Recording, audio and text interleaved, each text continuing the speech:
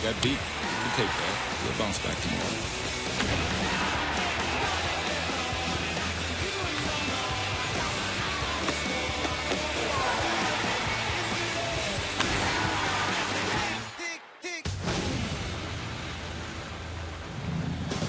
Welcome to Rangers Ballpark in Arlington, Texas. As we get ready for Game 2 of the American League Division Series, the Tampa Bay Rays and the Texas Rangers. Hi, everybody. I'm Don Orsillo along with Buck Martinez. Welcome to Game 2. Well, in Game 1, the Texas Rangers were shut down by the rookie Matt Moore. Doesn't get any easier in tonight's Game 2. They're going to deal with James Shields, who had an amazing 11 complete games during the regular season. Well, they call him Big Game James, and tonight his big game assignment is to put his team up 2-0 in this series. He beat the Rangers in back-to-back starts late in the year. He's got a great ability to throw any pitch at any time. He changes speeds. He won't overpower you. He will finesse you, and if he can command the bottom of the zone, he'll be tough on the Rangers tonight. Even with James Shields on the mound, it's hard to imagine the Texas Rangers offense could be shut down again in Game 2.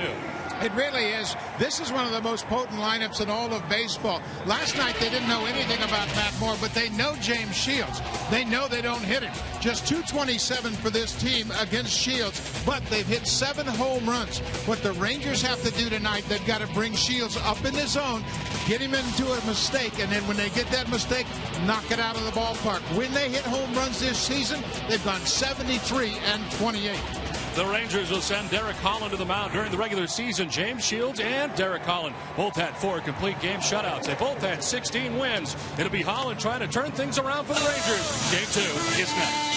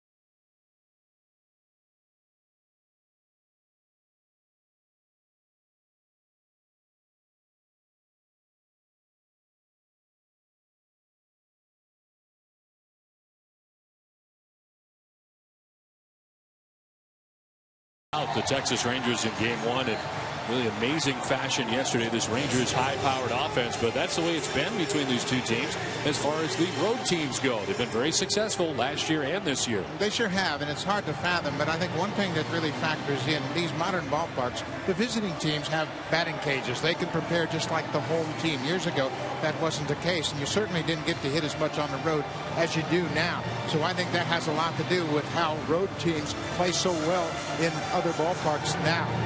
Well, yesterday, no doubt a factor was the shadows. We play a little bit later today. That should take some of the factor out. It was tough yesterday on hitters. Yeah, it sure was. Ron Washington believed that the middle innings were really tough, but that was kind of after the fact because Matt Moore had already established that he was going to throw his fastball in the zone, and he got that breaking ball over, and he shut down one of the most potent offenses in the American League.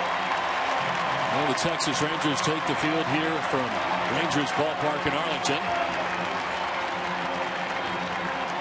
Tonight's starting lineup is brought to you by Autotrader.com as we take a look at the visiting Tampa Bay Rays starting 9. Desmond Jennings is in left field with B.J. Upton in center field. Evan Longoria is the third baseman. He bats third with Ben Zobrist at second base in the cleanup spot. Johnny Damon, who homered yesterday, is the DH. He bats fifth. Kelly Shafik had 2 home runs in game 1. He does the catching again with Sean Rodriguez at shortstop. Led off yesterday, bats 7th today. Casey Kochman drops to 8th. He's at first base. And Matt Joyce is in right field. He bats 9th. On the mound for the Texas Rangers is Derek Holland. Derek Holland really finished up strong in the second half of the season. He went 10-1 in his last 15 starts for the season. He won 16 games. Just missed the 200 innings plateau. He had 162 strikeouts. He's a power pitcher. He's got a great fastball.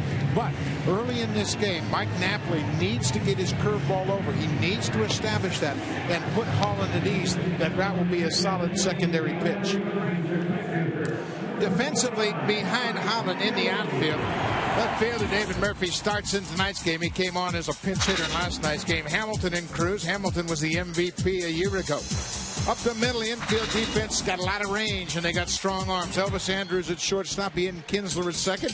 The Gold Glover, Adrian Beltre at third base. Mitch Moreland starts at first, and Mike Napoli is back behind the plate to take care of young Derek Holland. And this loose Rays bunch getting ready for game 2. They've already taken game 1 in a big way. They're taking some big games at the end of the year that propelled them into this postseason scenario. And Derek Holland ready to work, a 16-game winner during the regular season. Desmond Jennings did not lead off yesterday. He does today. And a swing and a foul tip, knocking the mask off of Mike Napoli. We're underway. Well, if Napoli wasn't into the spirit of the game, he is now.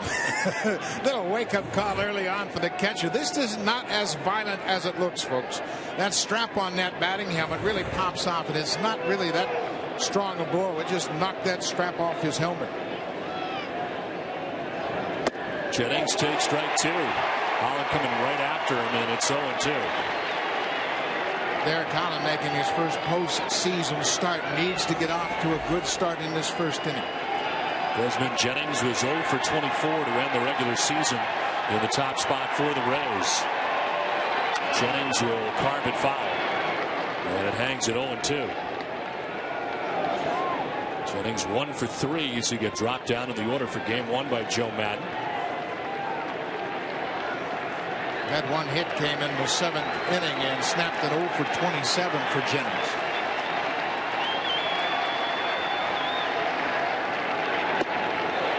Looked pretty good, but it is called a ball just outside apparently. Napoli kind of pushed it away from the strikes, and watch his glove. His glove's going to go outside, and you see a little bit too much movement, and that was a bad sign to Kerwin Danley, the umpire. Jennings will lift it in the air to shallow left center. Shortstop Andrews out, and he'll make the play. Both Murphy and Hamilton were coming from the outfield, but Andrews makes the catch. This is an important play in this ballpark because outfielders have to play so deep because the ball carries so well. The infielders have to retreat, and until it really gets dark here, those fly balls are really going to be an adventure. One down in the first inning for B.J. Upton. He has settled into this 2 spot in the Rays order very well during the course of the season. So he takes strike 1 over the inside corner. Now, you can see Holland's pumped up 97 with the fastball in this inning already. numbers for B.J. Upton during the regular season. It's quickly down 0-2. Derek Holland tied C.J. Wilson, their ace, for the team lead in wins with 16 during the season. 16 wins were 5 more than his career total of 11 coming into the season. Also tied for the 4th most in the American League. His 16 victories during the regular season. Upton laces a fair ball down the third base line towards the corner and left. David Murphy will go over to play it. And to second base with a 1-out double goes B.J. Upton. B.J. Upton can turn on a fastball, and Holland hadn't shown that he was going to throw a breaking ball yet in this ball game. Upton coming into this game 6 for 13 against Holland. He knows he can handle his fastball. Even the Gold Glover Beltre at third base can't move in time to make a play on that shot down the line. So in scoring position with 1 down is B.J. Upton. Here comes Evan Longoria. Another problem for Holland. Longoria 8 for 15, 5 doubles and 2 home runs against Holland. Longoria 2 for 5 in game 1. Puts it in the air, foul off to the right on play. I'm a little surprised Napoli hasn't called for the curveball yet. The big hard breaking ball, trying to get it into the mix. It is clear here in the first 3 batters the Rays are going to be very aggressive with Derek Holland. And they're jumping on the first or second pitch in every case. Takes this time, and it's ball 1. He's a young starter making his first postseason start, and they know they might be able to rattle him early. Look at Evan Longoria's season. 26 home runs in the last 89 games. Takes a ball inside. Finally got to the breaking ball. Speaking of second halves, Derek Holland 9-1 after the All-Star break. The ERA of just 3.06, and did his best work in September. 4-0 in September, held opponents to a 181 batting average.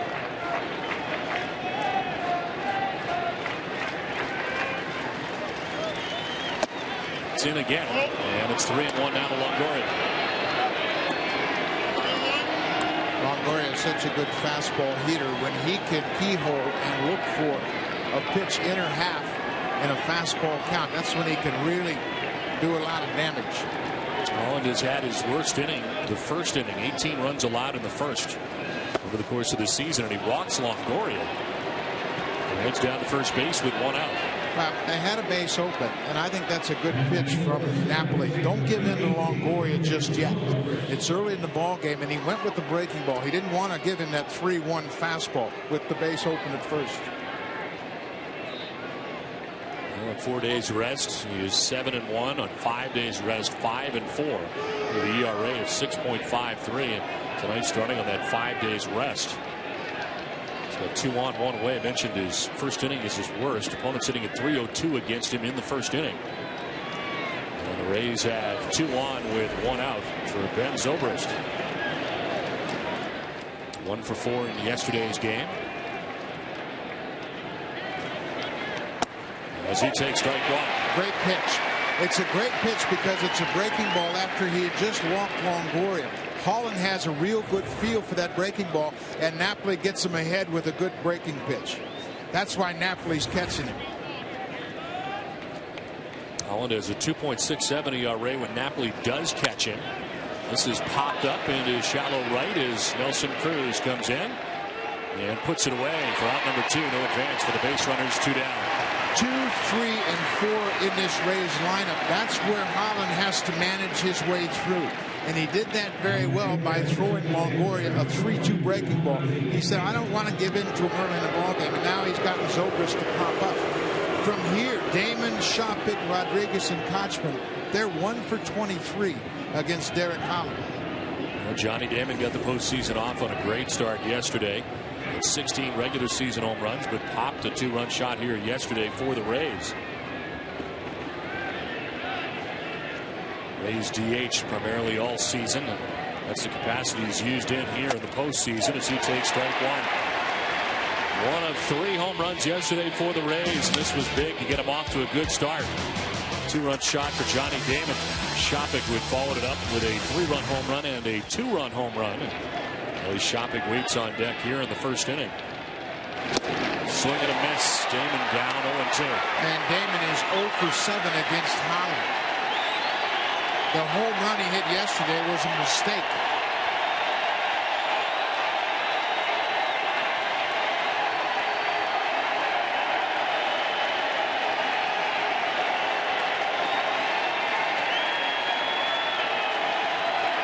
Damon gets a piece, fouls it off at the side of his leg as he grabs at it.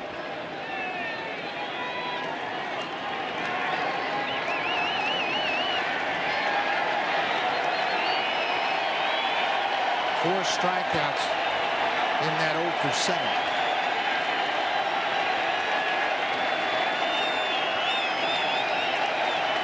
Texas crowd trying to get out of this first inning unscathed. Damon will go back up the middle. Andrus dives, gets up, and his throw is going to be late. Everybody's safe for the Rays. Nice play by Andrus to get there, but he can't get up in time to get Damon, who, even at his age, still gets down the line very well. Johnny Damon's 37 years old. Andrus does a great job to keep this ball on the infield. Gets to his feet quickly, but Damon simply outruns the throw. Damon did this twice in the game yesterday to keep rallies alive with his speed and effort out of the box.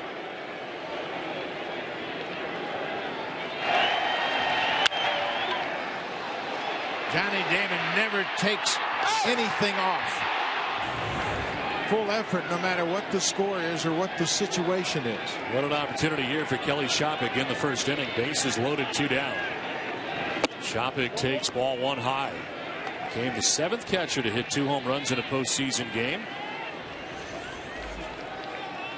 Just a 176 regular season for Shopik.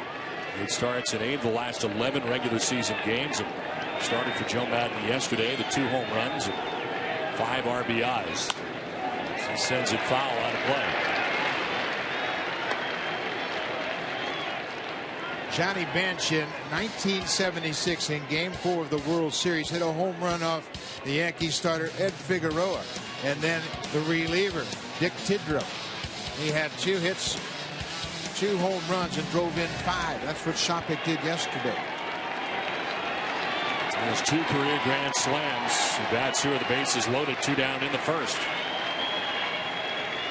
In the regular season, he was 0 for 5 with the bases loaded.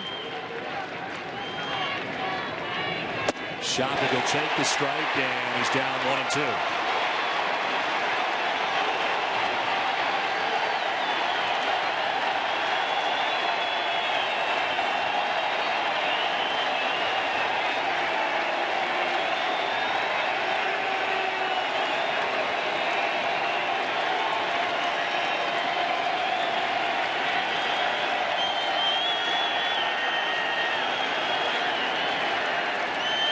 Napoli didn't like the fact that Holland shook him off.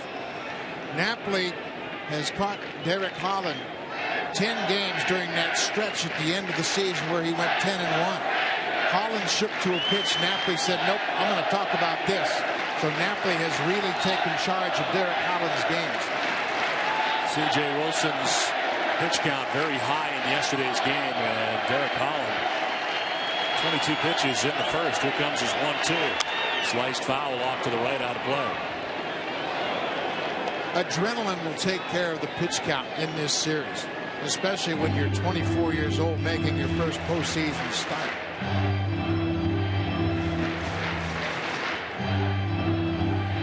Up to the third base. Longoria at second base. Damon at first base. And 2 down in the first inning. A couple of hits and a walk.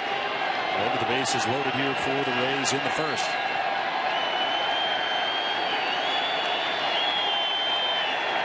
Shopik stays alive. Off the glove of Mike Napoli. Napoli just couldn't squeeze it. Tipped off the end of his webbing. You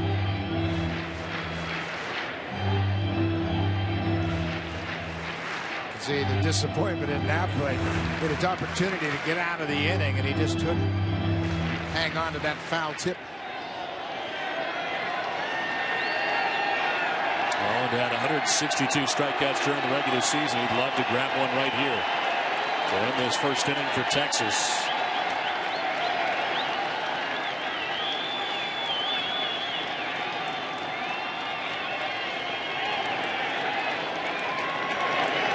Bounces in, and Napoli grabs it on a hop as the count evens at 2-2.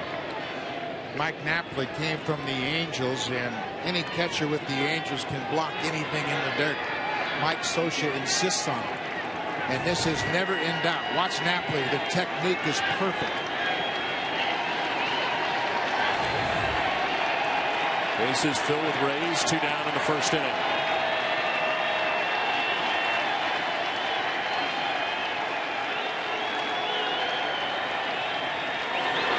Shopping gets the arms out of the way and takes a 97-mile-an-hour fastball for ball 3, full count.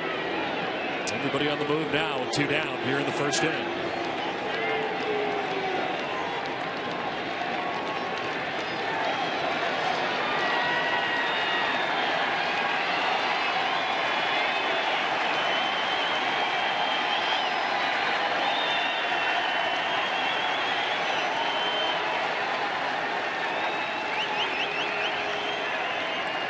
Back and forth they go again. Holland and Napoli. They're trying to get on the same page. There's been a lengthy at bat for Kelly Shopping. 8th pitch of the at bat coming up. Holland really trusts Napoli because they work so well in the second half. Shopping takes ball 4, and the Rays take a 1-0 lead. From third comes B.J. Upton as he walks in a run. Second walk given up by Derek Holland, and this one puts Tampa Bay on top 1-0. Tampa Bay knew that they could force Holland if they were patient. Mike Maddox, the pitching coach, out trying to help him regroup a little bit, slow his heartbeat down. He doesn't have to make perfect pitches. He just has to pitch in the zone. Kelly Shopping looks at that fastball upstairs, and at 96 he fouls back. Good pitch on the corner. Shopping doing a good job of spoiling that good pitch, and then there's that foul chip that got away. One breaking ball in the sequence, and he bounces the fastball to force it a run. Bases reloaded. 2 down in the inning. A run in for the Rays. Here's Sean Rodriguez. Second straight start at shortstop for him in the series, and he sends it towards the second baseman. Kinsler will flip to second for the force out. That ends the inning. The Rays strike first. They take a 1-0 lead as the Rangers come up in game 2.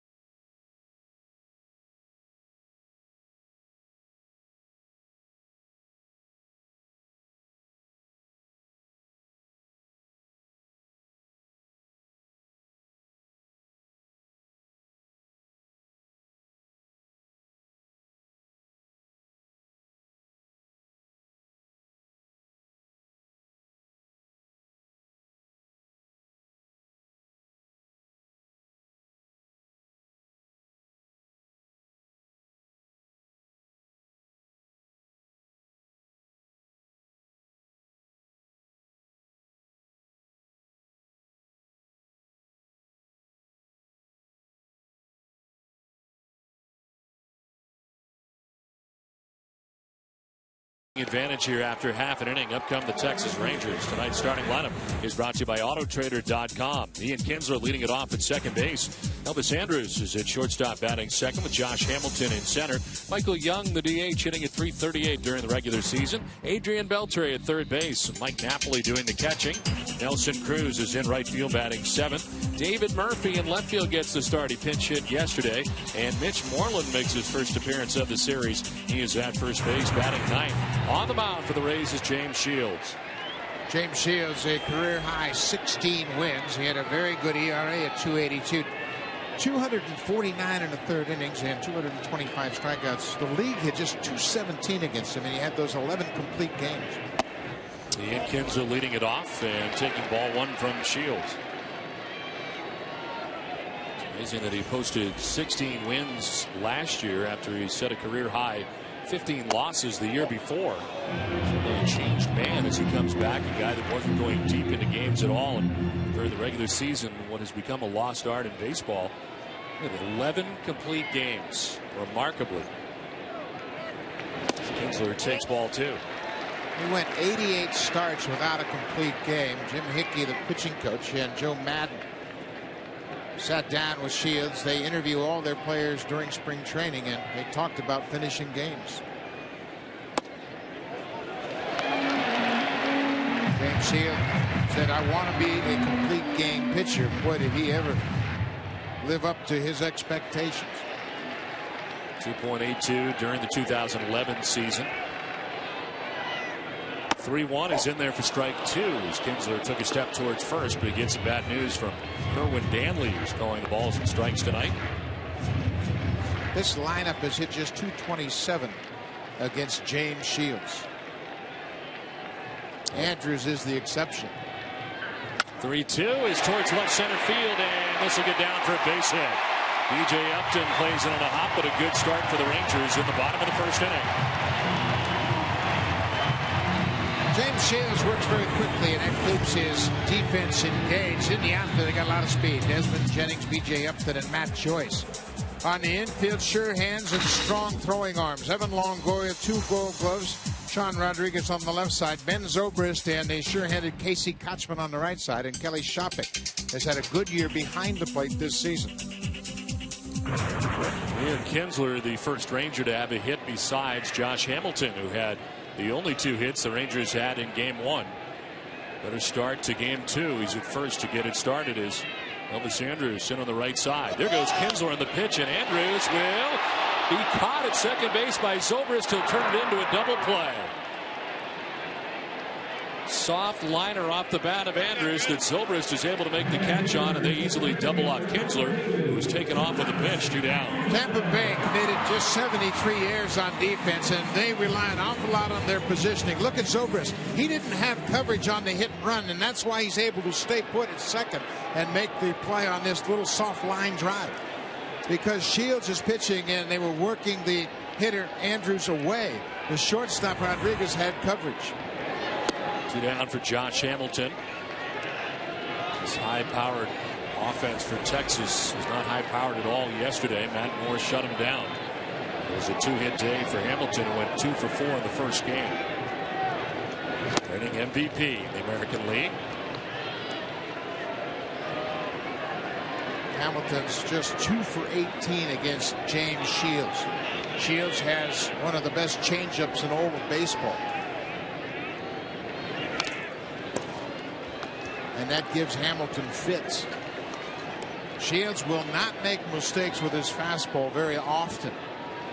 And if his changeup is down in the zone, he can really shut down this lineup. He's 2 for 18 against Shields. 7 strikeouts mixed in there against Shields. As that run away on him. And evens the count now at 2-2. Kinsler, who had singled to begin this inning, part of a double play with nobody on now. On the ground, down the first baseline to Kochman. He will flip to Shields, who covers, and that'll wrap up the first inning. So we played 1 in game 2. Tampa Bay has a 1-0 lead.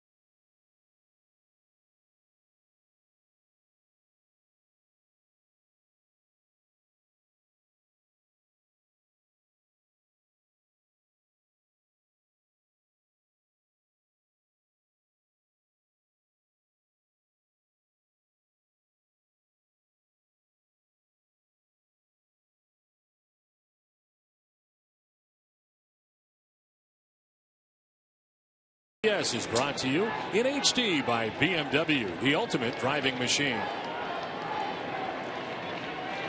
Second inning back at Rangers Ballpark in Arlington as Casey Kochman leads it off for the Rays. And he takes strike one. Kochman 0 for 4 in game one.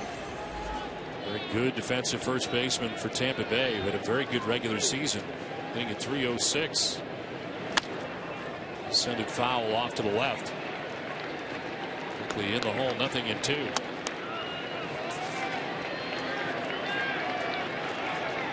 Derek Holland having to throw 29 first inning pitches, gave up a run, and Rays ended up leaving the bases loaded. 0-2 is down and in.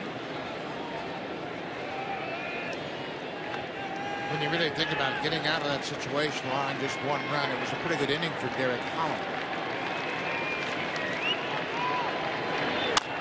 Softly grounded towards Beltre at third base. He gathers and throws in time to get Kochman for the first out of the second inning.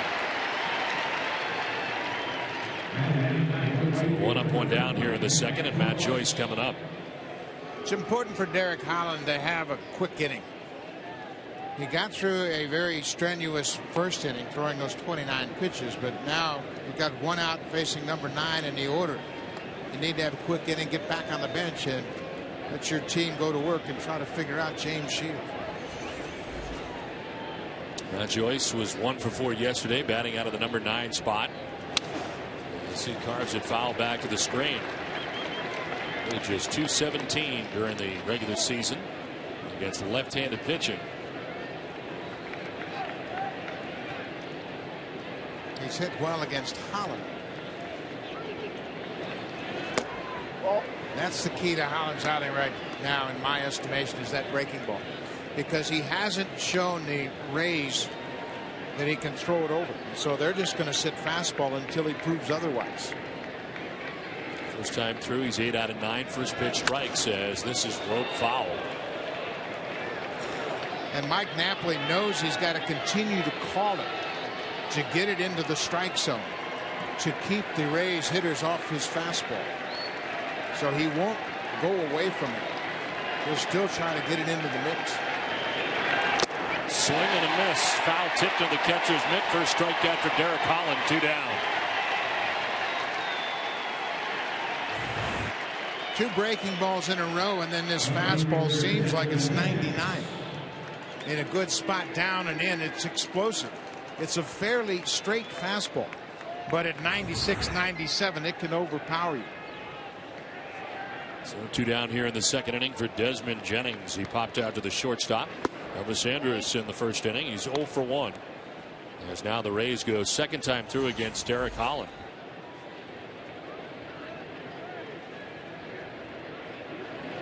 Jennings will pop it up, foul and out of play. Napoli gives it a look, but it's back into the crowd. If Holland's going to beat Tampa Bay tonight, he's got to be able to pitch to Upton, Longoria, and Zobrist the way he wants to, without guys on base. Those guys have hit him well in the past.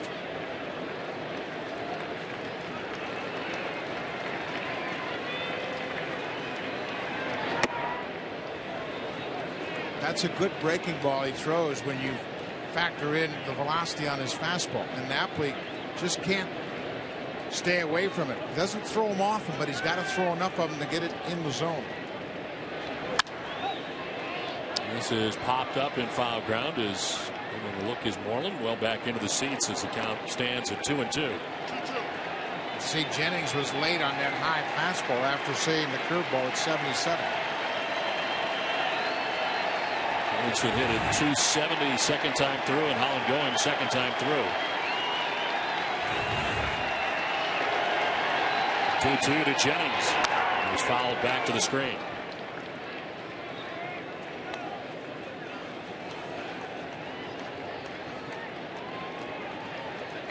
Desmond Jennings did not lead off yesterday. He's back in there again today for the Rays, leading off. He did for the last couple months of the season for Joe Madden. That'll miss. And it's a full count down to Desmond Jennings. Jennings has always shown an ability to lay off tough pitches, and that last pitch was a tough one. B.J. Upton waiting on deck. There are 2 outs. Jennings will send the line drive down the left field line. That is a fair ball. It'll kick down to the corner as Jennings heads to second base. It kicked up some chalk down the left field line, and it's a 2-out double for Desmond Jennings. Jennings did a good job of getting the count full, laying off that curveball, and then got a fastball. Pretty sure he was going to get a heater from Holland with 2 outs. Pitch is inside. Jennings is quick, and that ball just kicks up chalk down the left field line. Marvin Hudson, the left field umpire, standing right on the line. Holland thought it was foul, but you can see it kicked up the chalk. B.J. Upton fouls one down in that direction. Upton had doubled in the first inning. That's his second look at Derek Holland tonight.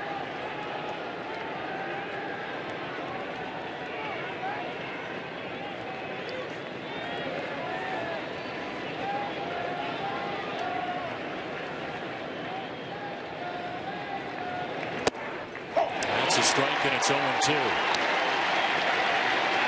B.J. Upton moving all over this order for Joe Madden. He's been in this 2 spot the last 23 games of the regular season. Yesterday and again tonight with 356 in that spot with 5 homers in the 23 games to wrap up the regular season. The 0-2 down and in, and taken off for third is Jennings. He'll get there. Took off right away, no hesitation, and he's just 90 feet away now with 2 down in the inning. Both of these ball clubs react very well to balls in the dirt. They anticipate getting an extra 90 feet. And when Jennings is at second, he's got a good view of that ball and the angle and the fact that it's going to bounce in front of Napoli, and he reacted very quickly. Napoli got a piece of it, but didn't shift all the way to his left to square up. In again. 95 miles an hour. And it's 2-2 now to B.J. Upton.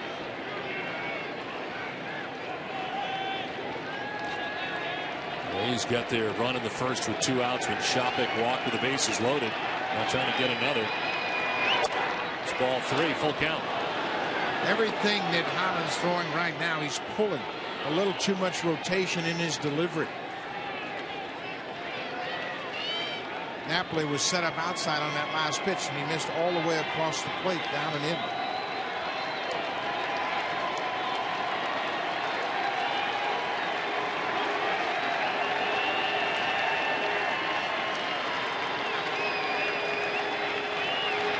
Upton hits a number that is going to stay foul. Napoli picks it up in foul ground. Hugging the line right out in front of the plate.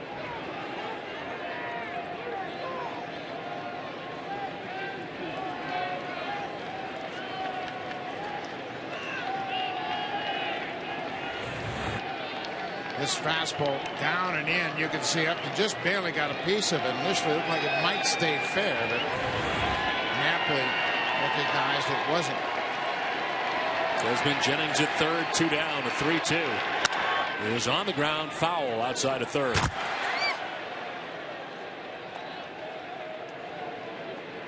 In the first inning with a 3-2 count and first base open, Mike Napoli had Holland throw a 3-2 breaking ball to Evan Longoria.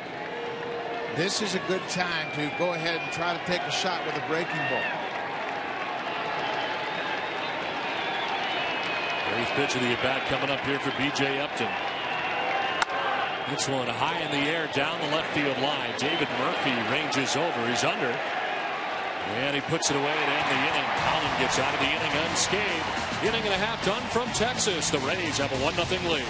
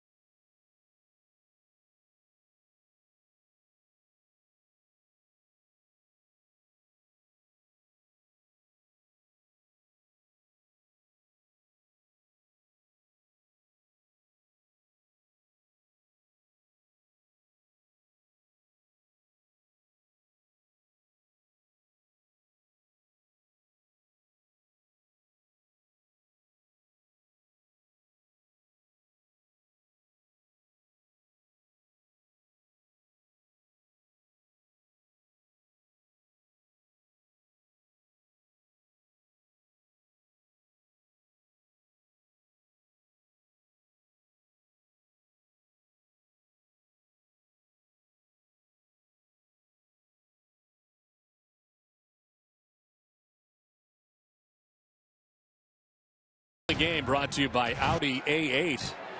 And Michael Young, most seasons with 200 hits since 1950. He's got 6 of them. Ichiro and Pete Rose with 10 each.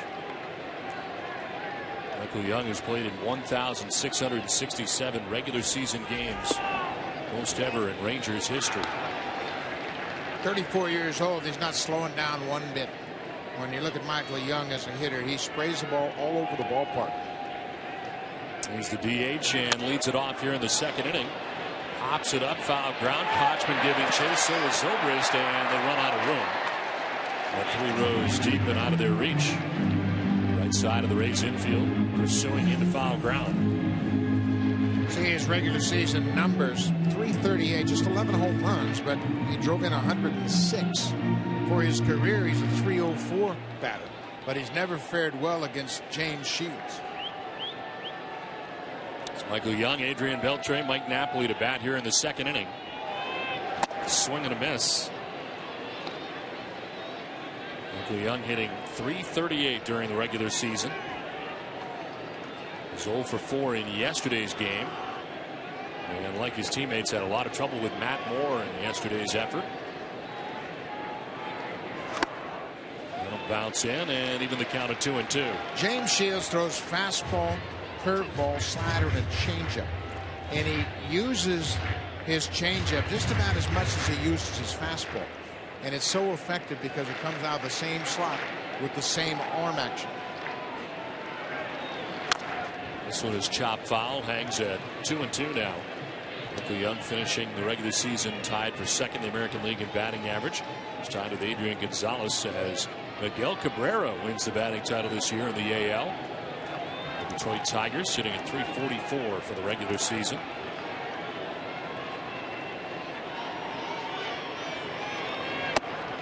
In tight, full count. That's about all Shields will do with his fastball. Just push you off the plate, buy some more room on the outside.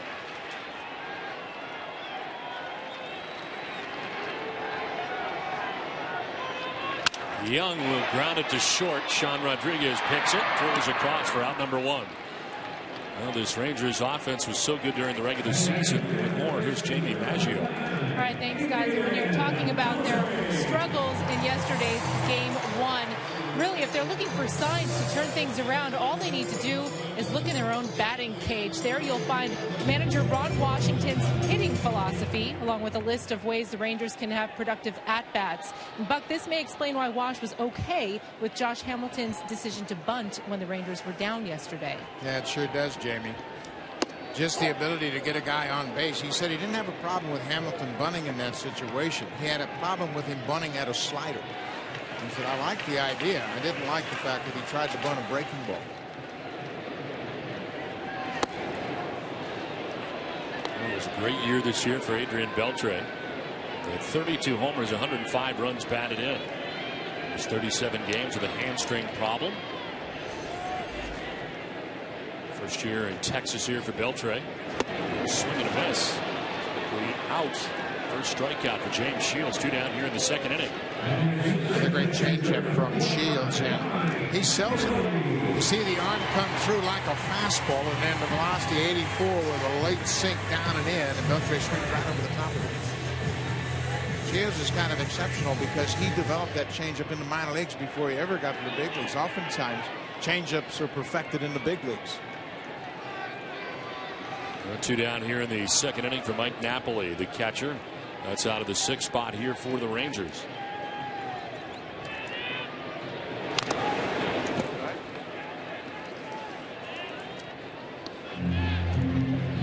Napoli and Beltre batting back-to-back, the 2 additions for the Rangers this season. Rangers really feeling like, even though they don't have Cliff Lee on their starting staff like they did a year ago in their postseason run, that they're a better club coming into this postseason. One is outside. It's 1-1. Yeah, I think they probably have more balance in the lineup. Beltre picks up the slack for losing Vladdy Guerrero. Over Ryan, the president of the Rangers, has really pushed starting pitching, and that is more balanced. Think about all those years in which the Rangers had terrific offenses with no pitching. And they give up a lot of runs, score a lot of runs, and not get very deep into the postseason at all, or make it at all. And now it's a much different organization from a pitching standpoint. You have to believe that that starts with theories of no one running. Yeah, he wants their starters to pitch deep. And you can see most home runs this season, first season with a new team. Of course, Mark Reynolds moved from Arizona to Baltimore. Dan Uggla traded to Atlanta. Got a big second. Lance Berkman, terrific year in St. Louis, and today with a 3-run home run in the postseason. Mike Napoli finished off very strong during September, hitting .429 in the month of September. 8 home runs, 19 runs batted in to finish the regular season. He waits on a 2-2 pitch.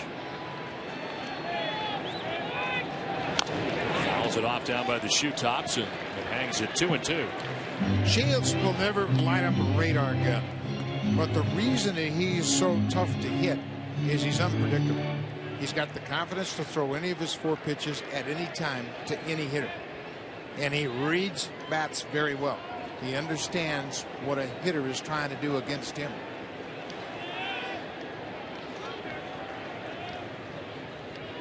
Napoli strikes out Shields with back-to-back Ks in the second inning. Another quiet start to the bats for the Rangers. It's 1-0 Tampa Bay.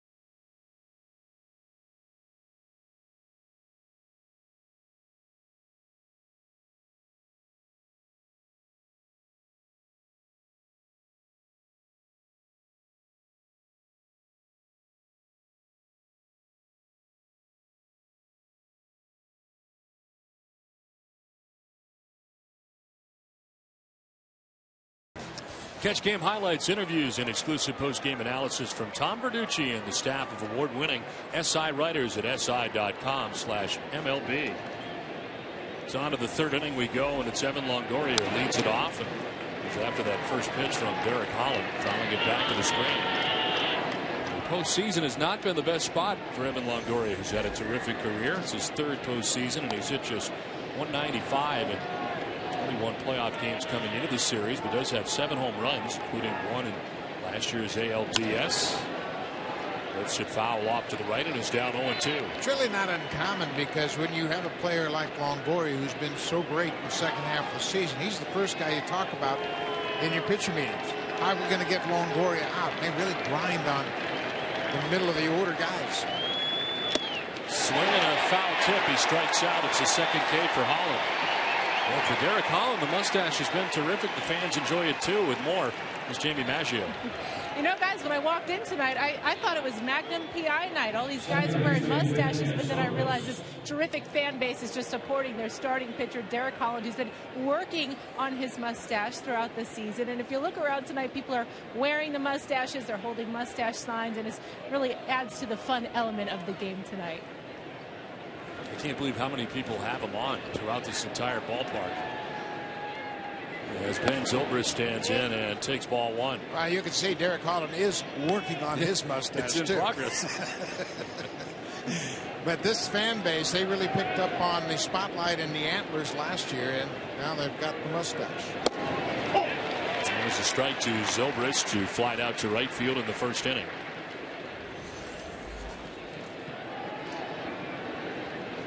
Third trip to the postseason, along with the rest of his Rays teammates for the most part. It's a fly ball out to center field. Josh Hamilton has it in his sights. Puts it away, 2 down. All of a sudden, that curveball's becoming a factor for Derek Holland. That was a good hook right there, and he got Zobrist to pop it into center.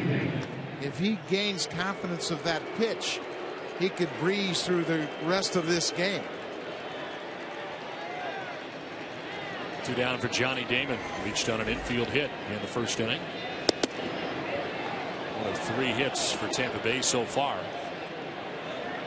He's left the bases loaded in the first. They got their run in the first. Left a runner at third base in the second inning. It's a ground ball headed to Andrews at shortstop. This time gets it there in a hurry and takes care of Damon.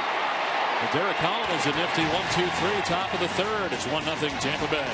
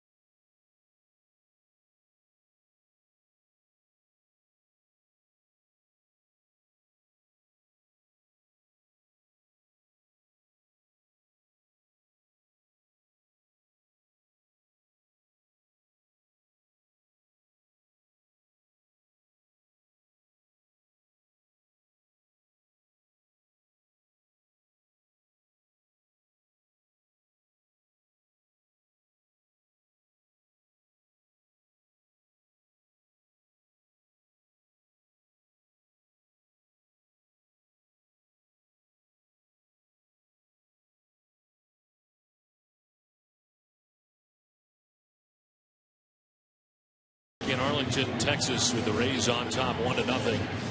Bottom third of the Rangers order coming up. Nelson Cruz, David Murphy, and Mitch Moreland. James Shields just came off a 1-2-3 second inning and surrendered just one hit through the first two. He was 0 for 3 yesterday in game 1 of the series. And a big swing and a miss at a pitch up. Trying to ambush a fastball, but Shields threw it up out of the zone.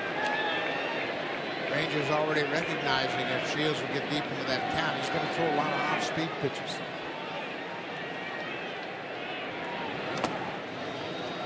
There's a change into the dirt. And it is a ball and a strike now to Nelson Cruz. And Shields talked about all the complete games he had. He threw more than 7 innings 21 times. Most by a major league pitcher since Randy Johnson. 22 times back in 1999. If he didn't go complete all the time, he went deep in the games all the time. Now you see, he put himself in some pretty special company. Roger Clemens in 92, 11 complete games and 4 shutouts, and this was something he set out way back in spring training to do. Cruz with a swing and a miss, strikes out. 3 strikeouts in a row now for James Shields. 1 down in the 3rd inning. Talk about Shields commanding the bottom of the zone and lower with that changeup. That's what he's done. He's been able to get the Rangers into a swing count and then throw that changeup down out of the strike zone.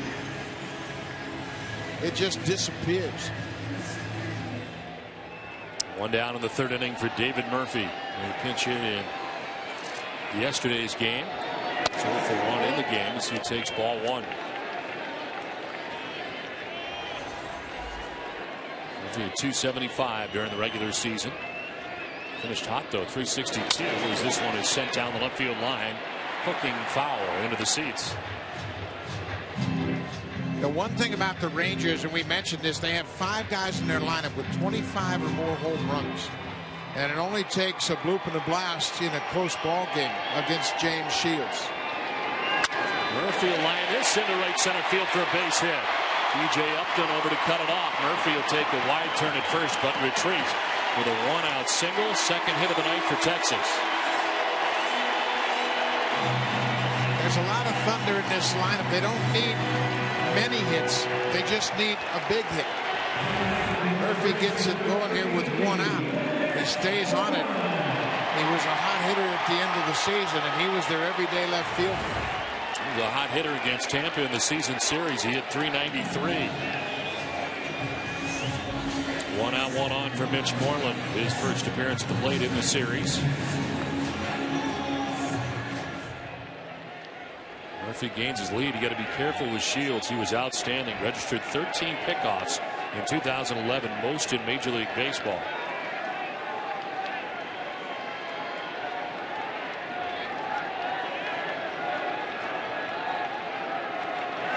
Moreland looks at ball 1, down and in. Harry Pettis, the first base coach for the Rangers, really helps the base stealers. And he's got a close eye on Shields. He said when Shields throws to first, he comes with conviction. He's not going to give you that calling card move. He's coming over there quick and hard. Because of that, Shields has thrown 3 away this year. Almost threw that away down low. He's hard to run on, but because he throws so many off-speed pitches, Pettis is going to look for counts as opposed to slow delivery times from Shields. Just try to guess that they can run on an off-speed count. Excellent 13 pickoffs. Clayton Kershaw 2nd in the majors with 9. Down and in again, 2-0. Worrying about Murphy and stolen bases. It's 11 for 17 during the regular season in thefts.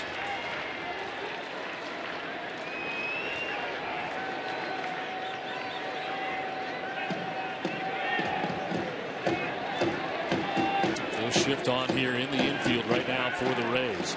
With the hitter's count. In the air, struck pretty well to left center. And back goes B.J. Upton, back by the track to make the catch for the 2nd out. As Moreland gets under that, he had 16 home runs during the regular season, but misses it. It's out number 2 in the 3rd inning. He's got good power to the opposite field. He knows he just missed it, got under it a bit, but he can drive the ball out to left center and dead center. He's got a lot of power. So 2 down here in the 3rd inning, and it's back up top now for Ian Kinsler. Single to center field in the 1st inning.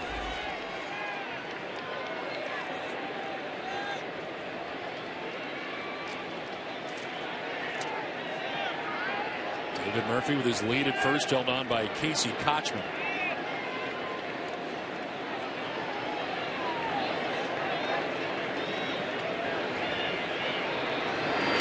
Kinsler drives it out towards right center field. B.J. Upton is over, and he makes the catch that ends the inning. Some well-struck balls in the inning, but the Rangers have nothing to show for it. We're through 3, 1-0 Tampa Bay.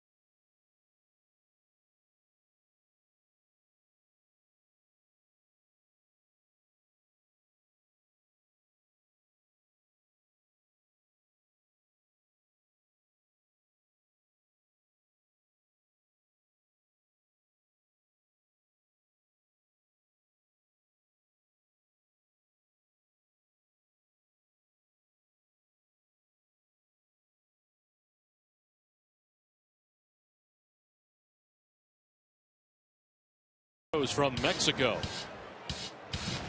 And Kelly Shopping with a 3-run home run as part of yesterday's victory. His first of 2 home runs in game 1.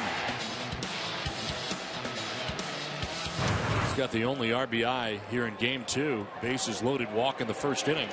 It's remarkable that his best month of the year, Buck Martinez, he had 6 RBIs in June. In the first 2 games of this ALDS, he's got 6 RBIs. 22 RBIs for the whole season.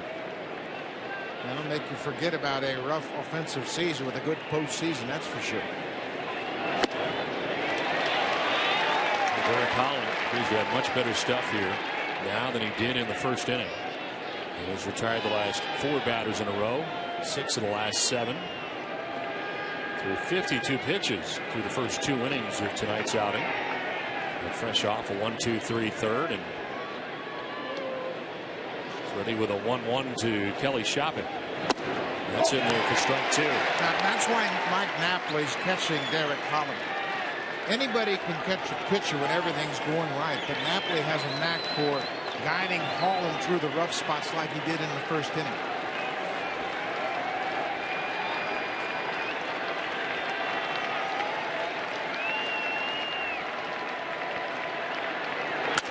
Shopik to left field. David Murphy drifting back. He'll make the catch for the first out of the 4th inning. And with more on Kelly Shopik, here's Channing Maggio. Thanks, Don. Well, a standout performance by Kelly Shopik yesterday, but just another Friday night in the Shopik household. Shopik actually lives just 5 miles from the ballpark and spent last night with his parents, his wife, and 3 daughters eating fried chicken and biscuits and playing with the dogs. Shopik told me this morning it was cartooned in donuts with his daughters. Sounds like a nice way to start the day, huh? Not bad, especially on the road. Yeah, he's home, and this is a home game for him for sure. Sean Rodriguez bats here with 1 out in the 4th inning. Rodriguez, who led off yesterday, the shortstop for the Rays. Fouled straight back. 94 in the fastball from Derek Holland.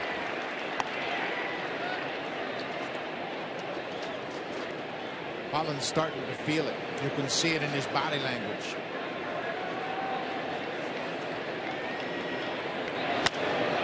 Rodriguez will lift it down the right field line, giving chase Moreland and Cruz, but it's into the seats.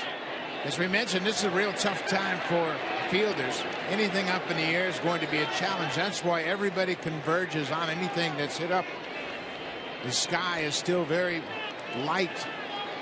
No contrast whatsoever, and if you don't track the ball right off the bat, you look up, you're going to lose it.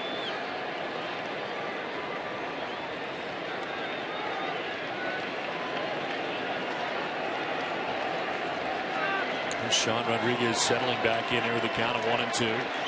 Originally came over in the Scott Kazmir deal from the Angels. Rodriguez takes the pitch, and a very close pitch apparently was inside. His fastball just runs off the inside corner. Again, a little too much movement from Napoli. Now a little blooper into short right that is going to be caught. Basket style by Ian Kinsler on the run. 2 down. You see the infielders, they know immediately anything hit soft into the outfield, they got to go get it because the outfielders are so deep. Kinsler did a good job of calling off Moreland there. You can see Moreland pulling away once the second baseman took charge.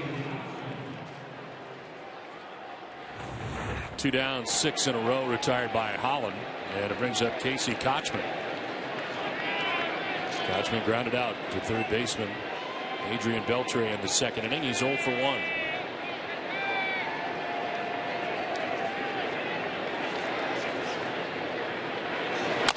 Shot in the air off the mound as Holland retrieves and throws low and by the first baseman Moreland. So Kochman continues on to second as it's run down by Moreland. Holland had time, but he kind of hurried the throw and fired it into the dirt. It gets by Moreland, and standing at second base is Casey Kochman. Well, he had plenty of time. Kochman doesn't run well. He gets to it in good shape. Right here, he just rushes the throw before he really got his feet set. And Moreland can't dig it out of the dirt. Kochman doesn't run well at all. You can see it took a long time to get out of the box, and then Holland just handcuffed Moreland with that throw in the dirt. An error charge to Holland, who had 3 miscues during the regular season.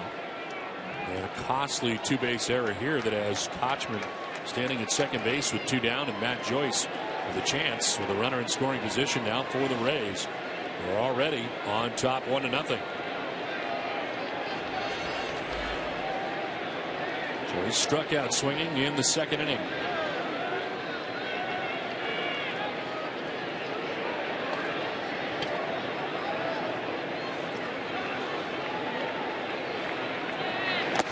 In the dirt, Napoli to his right to gather that.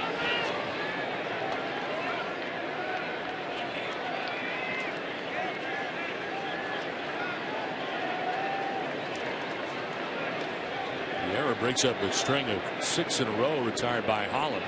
There's nobody to blame but himself. Joyce fouls it back. 1-1. Joyce got to start in yesterday's game against the left-hander C.J. Wilson and delivered an RBI base hit in the second part of a 3-run second inning.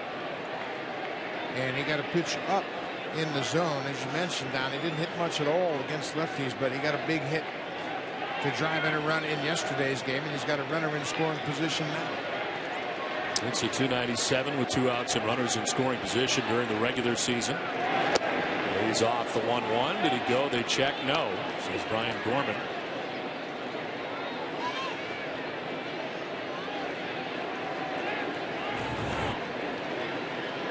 Another good breaking ball, and Joyce clearly checked in plenty of time.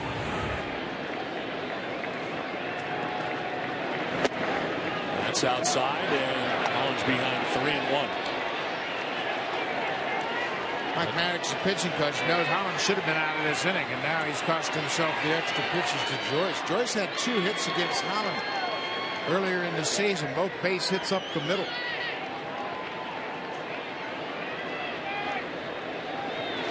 In the air to right field, deep for Joyce. Back goes Cruz, looking up, and it is gone.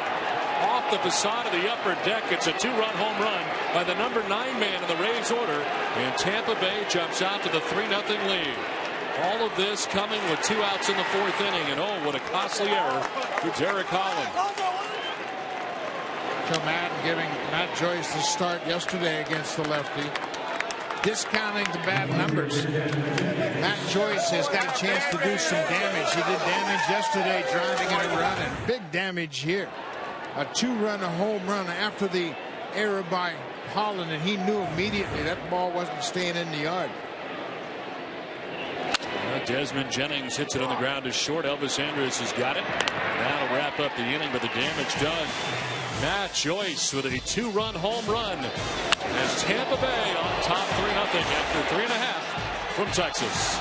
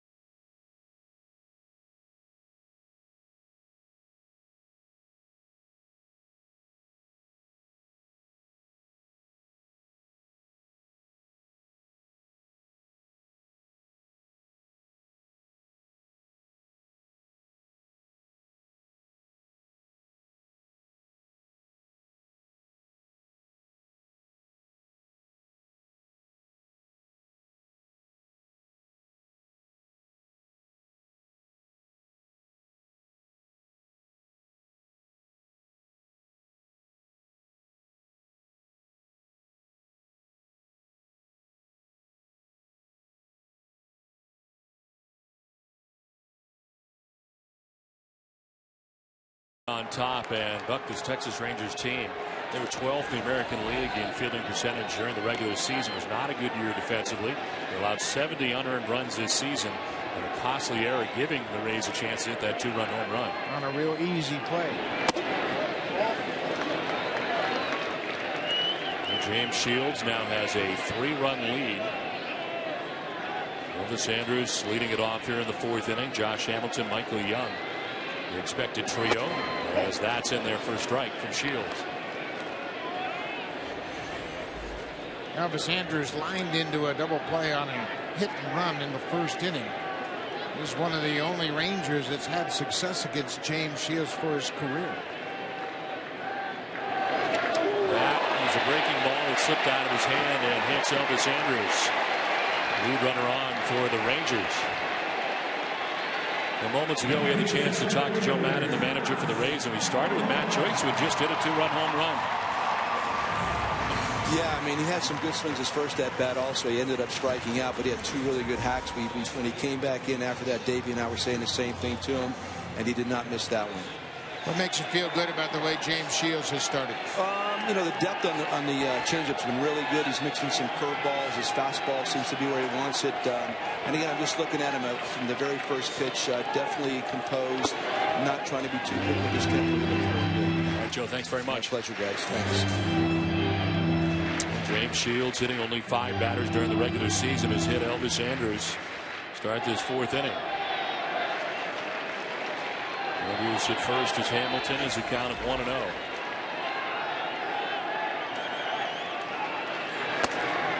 Takes ball 2.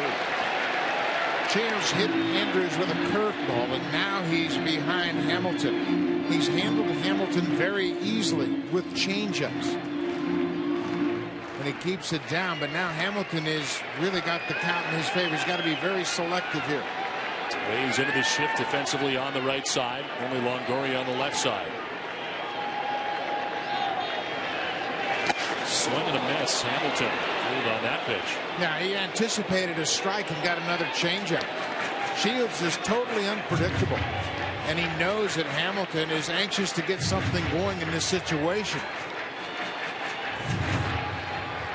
Another great changeup. That's what Madden talked about. The depth of his changeup is exceptional tonight.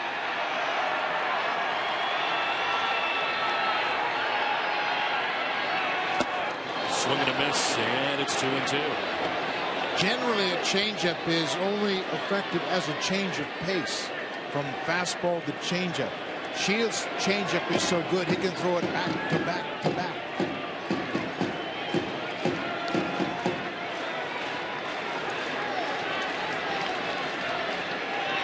Size lead for Andrus at first base. Shields looks in his direction.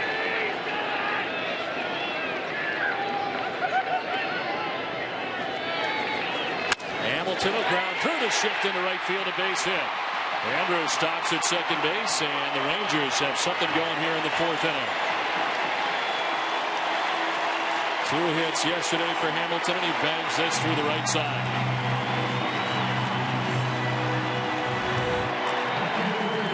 With the shift down, Hamilton pulls it hard right through the shift. Pass Rodriguez into center field. He's just got to be patient enough to swing at strikes. 2 on, nobody out. Here in the last half of the 4th inning for Texas. Michael Young coming up. Grounded to the shortstop in the 2nd inning. Andrus at second, Hamilton at first. Nobody out for the Rangers, making some noise in the 4th. One with a foul tip. Michael Young hit .377 with runners in scoring position. But more importantly, he had more at-bats with runners in scoring position than anybody in the American League. He had 191 at-bats with runners in scoring position. So they've got the right man at the plate now. Rangers were 0 for 5 with runners in scoring position yesterday. It's their first at bat tonight with a runner in scoring position in game 2.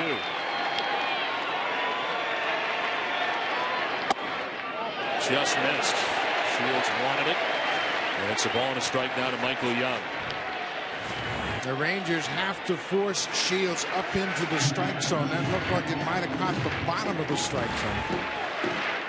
They've got to force him up. They can't chase balls down out of the strike zone.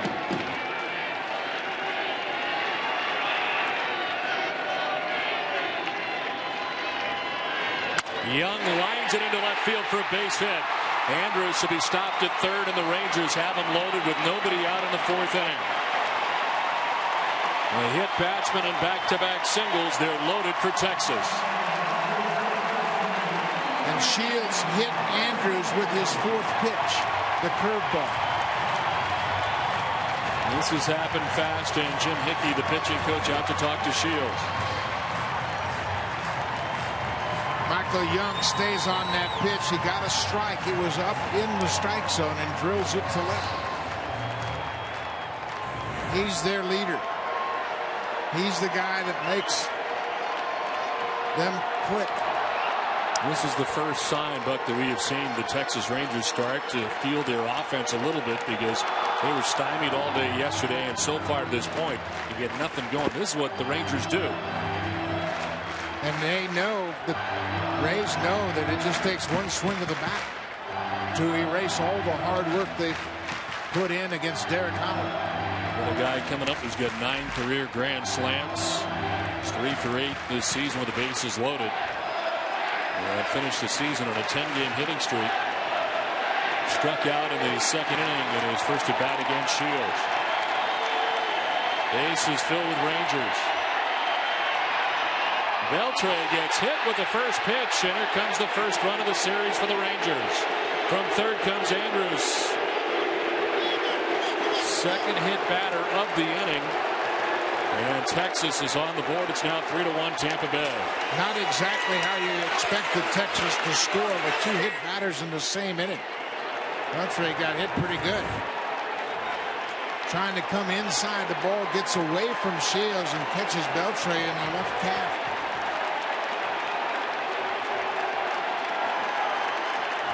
That's a hard way to earn an RBI. Bases loaded again. Nobody out. Mike Napoli, a strikeout victim in the second. As this big Rangers ballpark in Arlington, loud for the first time in the series.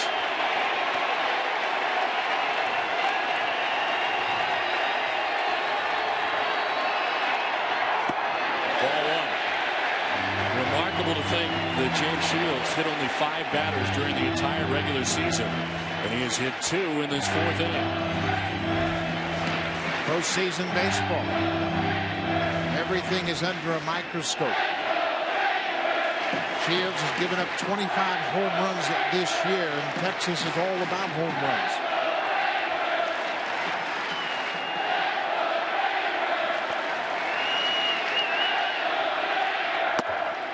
Ball 2, 2-0. They're finally taking that borderline pitch down. A little line on Shields in game 2. Took a loss last year in the ALDS. So he gave up 4 runs in that outing. Keep in mind, this 4th inning during the regular season was Shields' worst inning. Gave up 19 runs and had a 5.18 ERA in the 4th inning as he falls behind 3-0. Boy, it all turned around with that errant curveball. He hit Andrews to start the inning, and now he looks like a different pitcher. And the Rangers look like a different team.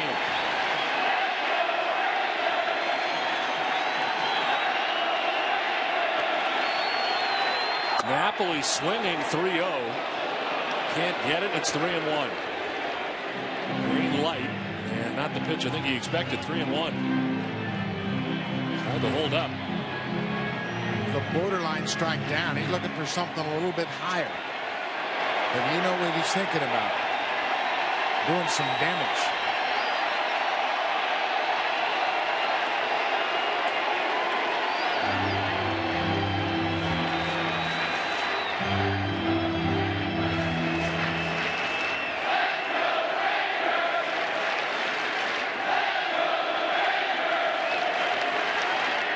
Napoli with a swing and a miss as Shields battles back. Full count. Got a pretty good pitch to hit. Just pulled off it a little bit. And you can see him drop that back shoulder trying to get some lift.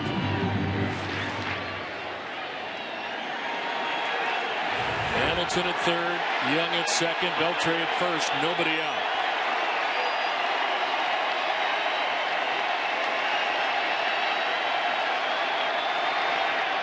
Napoli fouls it off at the dish. Shields can still throw that changeup 3-2 bases loaded. He'll throw it anytime. He's got The ultimate confidence in that pitch.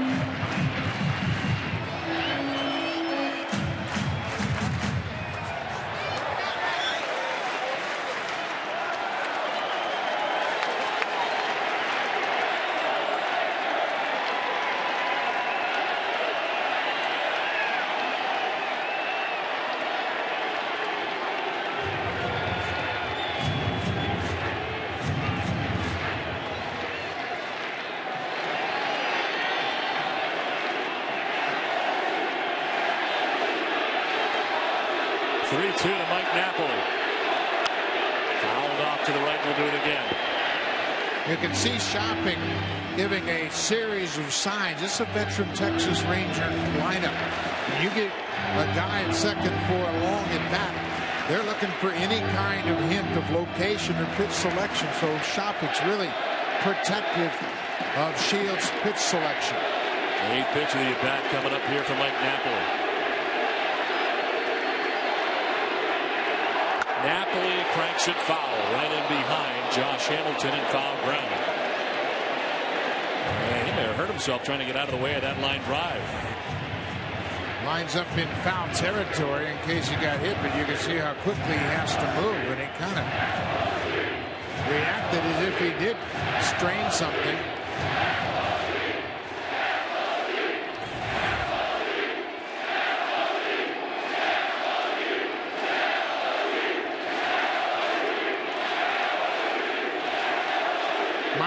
In his first year with 30 home runs has become a fan favorite.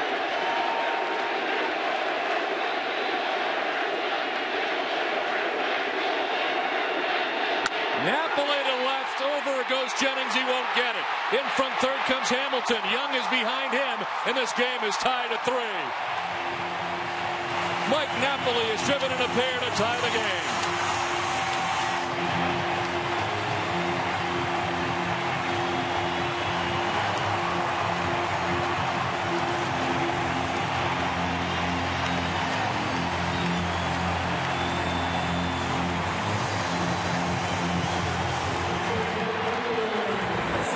Has a great at bat, gets a pitch up, and we mentioned if Shields makes a mistake, you've got to capitalize, and Napoli cashes in a 2-run single to left. They're back in it.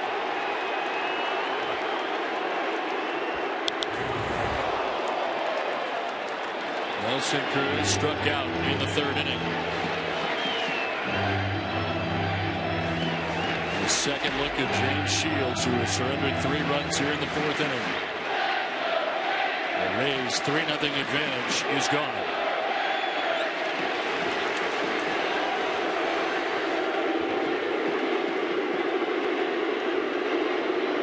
Cruz will foul off another.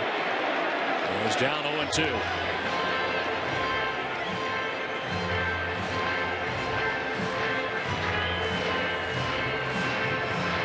Inning, we mentioned the trouble inning for Shields during the regular season. Going to work the hardest already in this inning that he has in the previous 3. Same problem he had a year ago in a division series against this same ball club. Cruz with a swing and a miss, strikes out. Fastball up, gets him.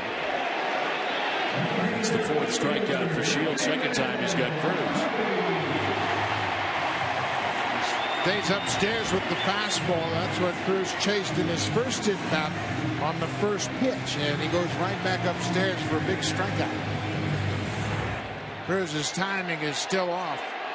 Injured his hamstring, and he hasn't got his rhythm back yet.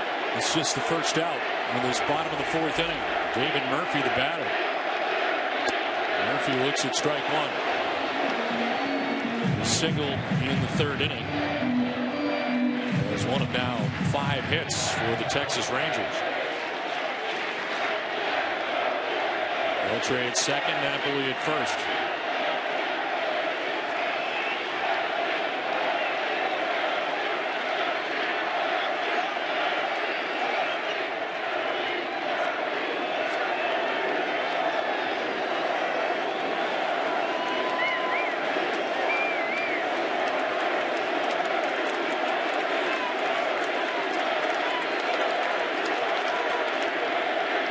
swing and a miss. Shopping jumped up like he wanted to throw to second base. As Beltre was off second with his secondary lead. Beltre with the off-speed pitch bounced off a little bit further. And there was an opportunity, but Shopping didn't sense it was a good one.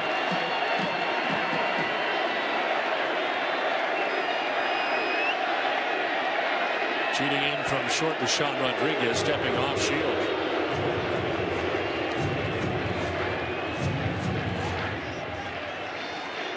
Beltre at second, Napoli at first, 1 out, 3 runs in. The Rangers in the 4th inning. Now Murphy hits a number in front of the plate. It's a fair ball. Shopping will throw down to first high, but Kochman comes down with it and tags the bag.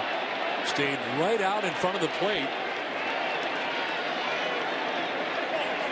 Kerwin Danley called the ball foul, and that's why Tampa Bay is a little upset here. Joe Madden is coming out of the dugout because initially he called foul right immediately, and the ball bounced into fair territory. He jumped the gun, I think. He did. Anticipated it was going to go foul, and it did not.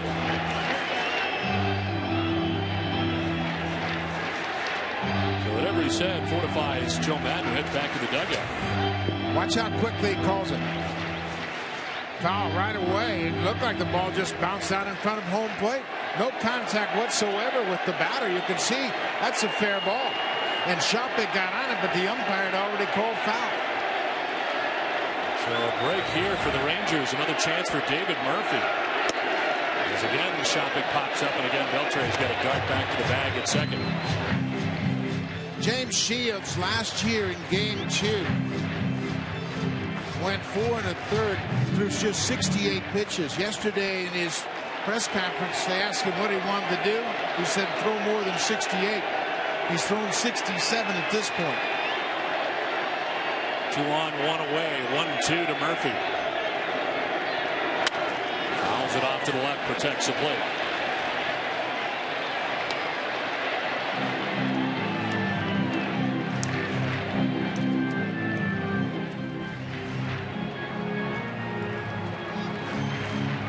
Rangers have scored their first runs of the series, scoring 3 times here in the 4th inning.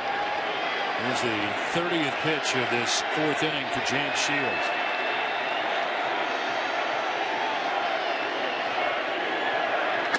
Gets away from Shopping, kicks towards the dugout. The runners will advance. 1 base as Beltre to third, Napoli to second. A wild carom off the catcher, Kelly Shopping.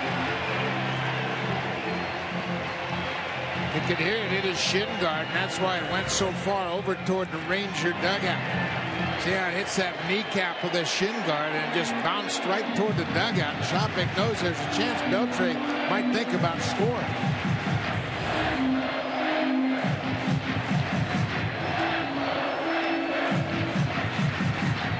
Still just 1 out. 2 in scoring position. Murphy waiting on a 2-2 pitch.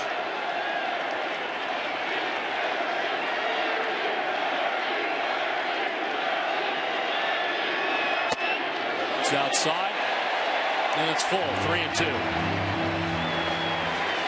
The Rangers have really been patient, and they forced Shields up in the zone. First 2 innings they were chasing. They settled down a bit in the 3rd, and they've really turned things around this inning. The pitch count 31 in the inning, 2 hit batters. Murphy with a swing and a miss, but it gets away. Here comes Beltre from third. Rangers have the lead. Murphy strikes out and reaches at first base as it gets off Shopping, and from third comes Beltre. Texas takes the lead.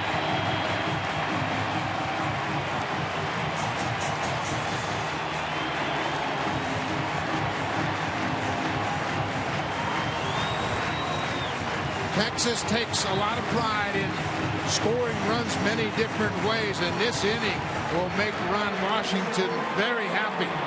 A hit batter, couple of wild pitches, a strikeout and a wild pitch, and they have taken the lead. We talk about the Rangers' philosophy of 17 different ways you can have an impact, and they've utilized a bunch of them in this inning. Lynch Moreland batting out of the number 9 spot. Will ground it left side. Rodriguez, the shortstop, will throw to first for the out.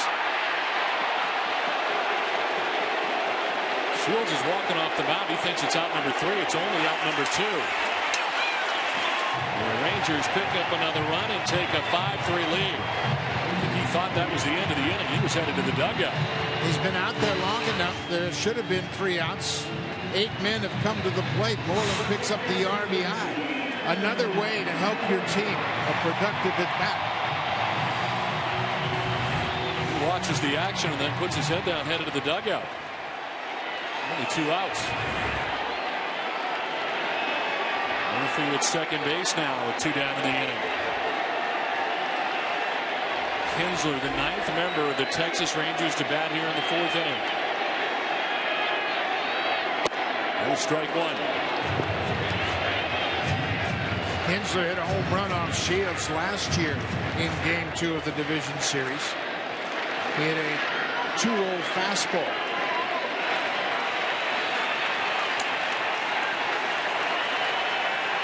Kinsler is single in the 1st inning, flied out to center in the 3rd. Now it's a fly ball to center again. Playable for B.J. Upton. Puts it away and ends the inning. Oh, what an inning it was for the Texas Rangers. They scored 5 times, take a 5-3 lead.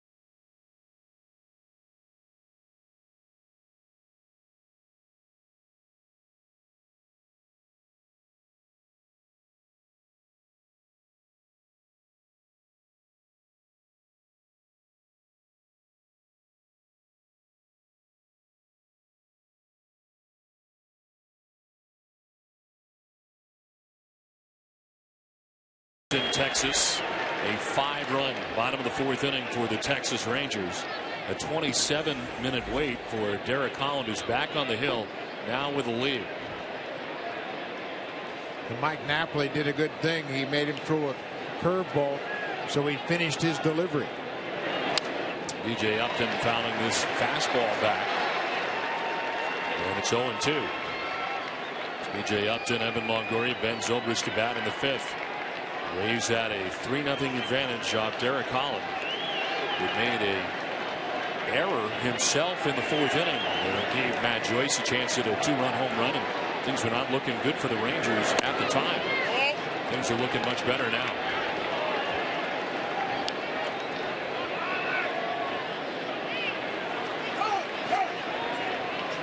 Time called late as Holland was about to go into his delivery. And that's ball 2, 2-2. Derek Holland has been a run magnet all year long. He has the highest run support average in the majors. They score an average of 7.64 runs every time he goes to the mound. To right field, down the line, and deep towards the corner, and that ball is off the wall. Headed for second base is B.J. Upton. He'll get there with his second double of the game. That was hooking towards the corner. And off the wall as Nelson Cruz gets it to second base quickly, but it's a double for Upton. Moments ago, we had the chance to talk to the Rangers manager Ron Washington, and we asked him about how relieved he was to get some runs finally in this game. You know, we wasn't catching any breaks, and then finally we caught a break, and everything fell back into place. So hopefully we can go out here now and start playing our type of baseball. Ron, you preached to your team. Think about how you can help your ball club offensively. There's so many ways, and that was a great way in that inning to characterize what you wanted to accomplish. Well, no doubt about it. You know, you just keep grinding and keep trying, and good things happen. You know, Matt Napoli had a great at bat right there, you know, and so did Hamilton, and that's what it's going to take. They can pitch, and we're going to have to grind. All right, Ron, thanks very much. Thank you. That 5-run inning helped by 2 hit batters, 2 wild pitches. They had 3 hits and scored 5 runs. Texas Rangers of a few years ago never would have been able to take advantage of those opportunities the way this club can. Evan Longoria batting with B.J. Upton at second base as that pitch misses just outside. Very close as Holland wanted it, but it is a ball and a strike to Evan Longoria. Walked in the first inning, struck out in the 3rd. Gondo is up in the pen for Texas. This is on the ground to short. Andrews has got it. Throws out Longoria for the first out of the 5th inning. Gondo's a big weapon for the Rangers down in that bullpen. He made the All-Star team as a starter. With a short series, you don't necessarily need his arm in the rotation, but boy, is he a valuable guy to have down in that pen. Ron Washington told us he's a guy that he would go to in the 7th inning if he needed to, even though the roles have been pretty defined in the 7th, 8th, and 9th for him in the regular season. But you may see Gondo earlier than that as he warms up here in the 5th. 1 out. B.J. Upton at second base and Ben Zobrist the batter. Ball 1 to Zobrist, who flied out twice, once to right, once to center.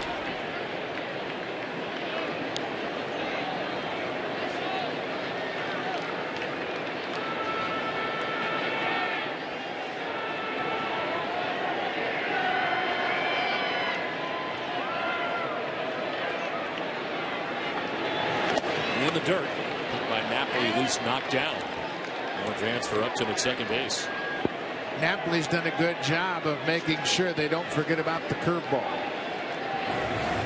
He'll call it even though it hasn't been that consistent, knowing that he can block it and keep Upton at second. But he's got to continue to make the Rays hitter honor that curveball. Runner goes, pitch a strike, and the throw is in time. They got him. B.J. Upton gunned down at third base by Mike Napoli. The right-handed batter in the way, but it wasn't a problem for Napoli, who fires down there and gets B.J. Upton 2 down. Napoli came to the Rangers with the label of not being a very good defensive catcher, and he has removed that label here totally for Texas. He's done a terrific job of handling pitchers, blocking balls, and throwing out base runners. Base is empty now as Zobrist grounds it up the middle. Andrews with a pretty play behind second. The throw is not in time. Zobrist down the line, beats it out, but a nice bid. Rangy played by Elvis Andrews. in behind the bag at second. Derek Holland had a great shot at making this play, and he swiped at it. Andrews has terrific range at shortstop and a great arm. Watch the pitcher. Ball bounces right to him, and he swipes at it and just missed it. And now Andrews, with that great range, gets to it easily, but Zobrist runs too well. That little glove tap was costly for Andrews. He tapped his glove and gave Zobrist another 16 inches, just enough to beat it out. If he doesn't tap his glove and throws without that tap, he gets Zobrist. So 2 down, Zobrist at first base, held on by Moreland. As Johnny Damon gets a chance here. Damon, an infield hit in the first, grounded out in the third. Watch the glove tap. Gets it there. One tap cost him. If he throws without the glove tap, he's got a chance to get Zobrist.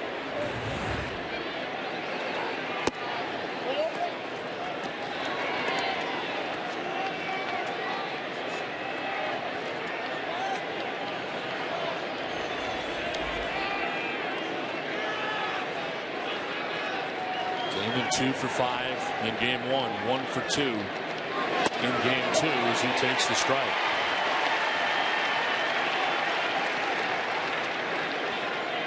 Eighth postseason appearance for Johnny Damon with his 4th different team.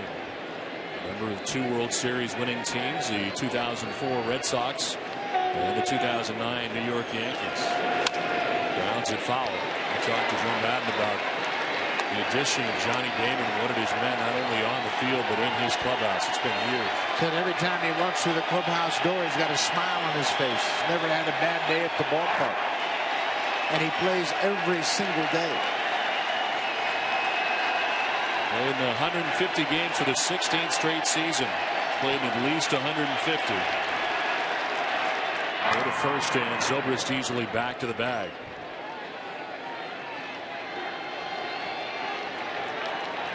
And all over the Rays lineup this season.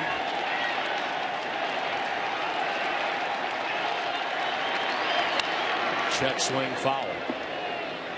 Well, you mentioned that consecutive games played streak, 16 years. There's only 4 players that have been able to do that.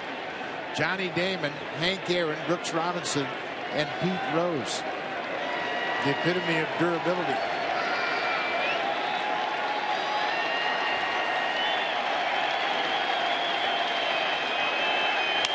Damon hits it in the air to left. David Murphy is out there waiting, and he puts it away to end the top of the 5th. We're halfway through this one. The Texas Rangers have a 5-3 lead.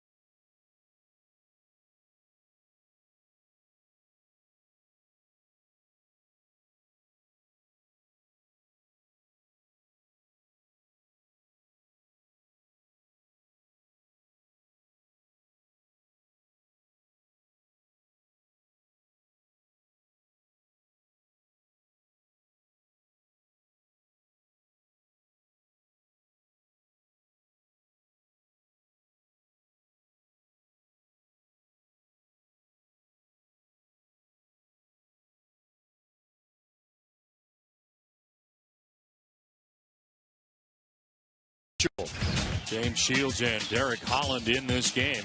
Holland's gone the first 5, giving up 6 hits and 3 runs on the other side. Shields giving up 5 runs all in the 4th inning. First 4 innings he has thrown a total of 74 pitches as he starts things here in the bottom of the 5th inning. Elvis Andrus to lead it off here in the last of the 5th. Texas doing all their damage in the 4th inning. And Andrus got it started last inning when he was hit by a pitch. One of 2 Rangers to be struck by James Shields pitches.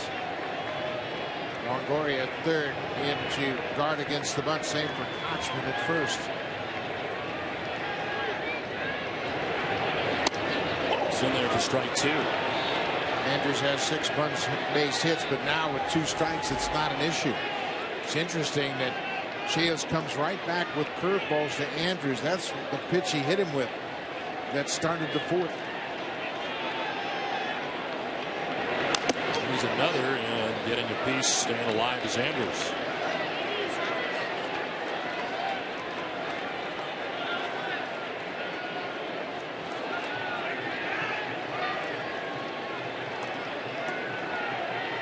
Rangers scored 127 innings in their 5th innings during the regular season. It was their best inning all year from an offensive standpoint.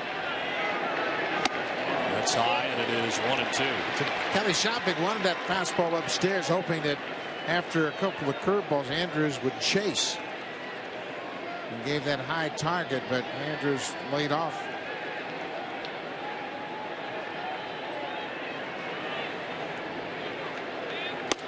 Strike 3 call over the outside corner.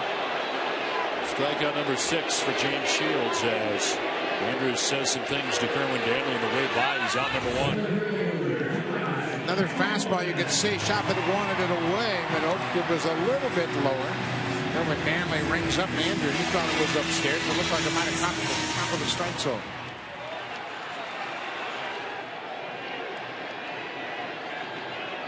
One out in the 5th. Josh Hamilton looks at ball 1. Hamilton grounded out in the first single and scored in the 4th inning.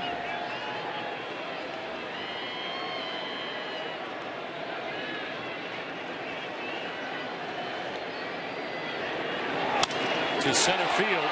E.J. Upton is out there in center. There's 2 outs quickly in the bottom of the 5th inning. 81 total pitches for Shields. There's 2 quick outs here in the 5th to use an economical inning. As Michael Young coming up. It's a perfect night for pitchers in this ballpark. I mean, it couldn't be a better night. Temperature is perfect. No issues with the wind, which can often be problems in this ballpark. Young takes strike 1. He is 1 for 2 in the game. Single in the 4th inning. Came around to score.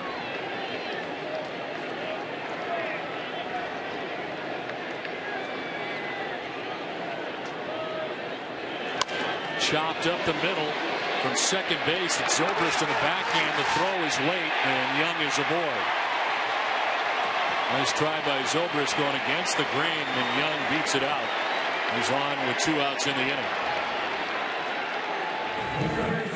Michael Young spreads out the defense about as thin as it can get. He hits the ball all over the ballpark. Zobrist from the shortstop side of second couldn't get enough on the throw to get Young. He still runs very well. And Zobrist knew it was going to be bang bang at first. Unloads in a hurry, but not in time.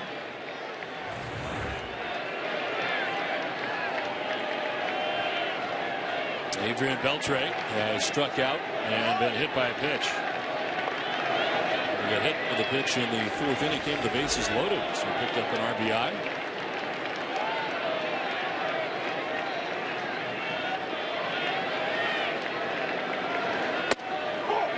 Strike over the outside corner to Beltre.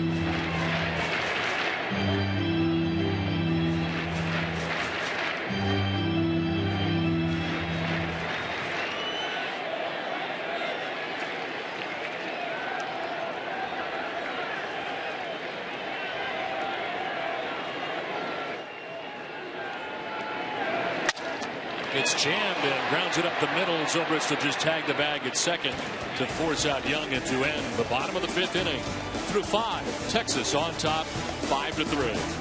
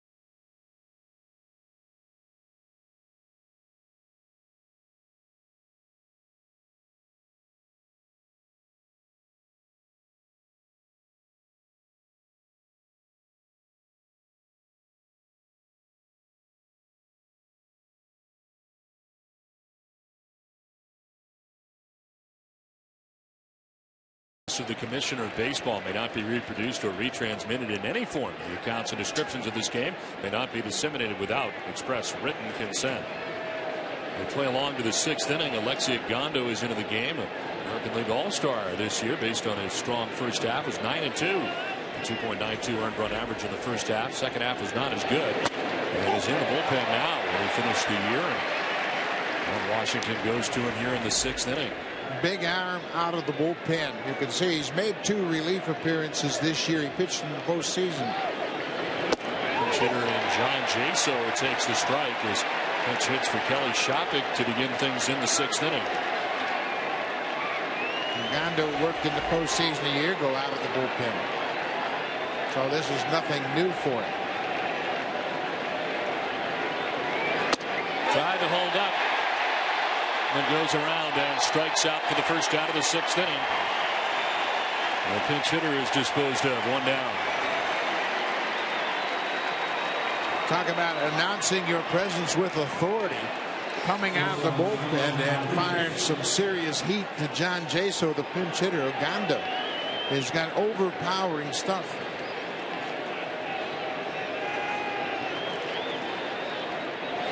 Sean Rodriguez takes ball 1 outside. He is particularly tough on right-handers. And he's hit it just .202 against him.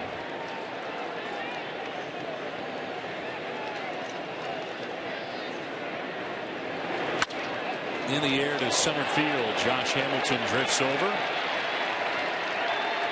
2 down in the 6th inning. Oganda, working out of the bullpen, knows he's only going to be here possibly for 2 innings. 95 miles an hour, an average fastball. That's the 5th fastest in the big leagues. But it'll go up because he's not starting, and he knows he only has to pitch to 6th and 7th. They have Adams and Felice to back him up. 2 down here in the 6th inning. A strikeout, a flyout takes us to Casey Kochman. Takes a look at ball 1 at 98 miles an hour.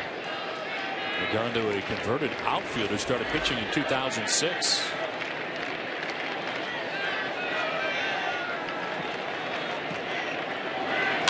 Line to right, and this will get in. Down towards the corner as Nelson Cruz over to play it. Headed for second base is Kochman. They'll get there standing with a 2-out double here in the 6th inning.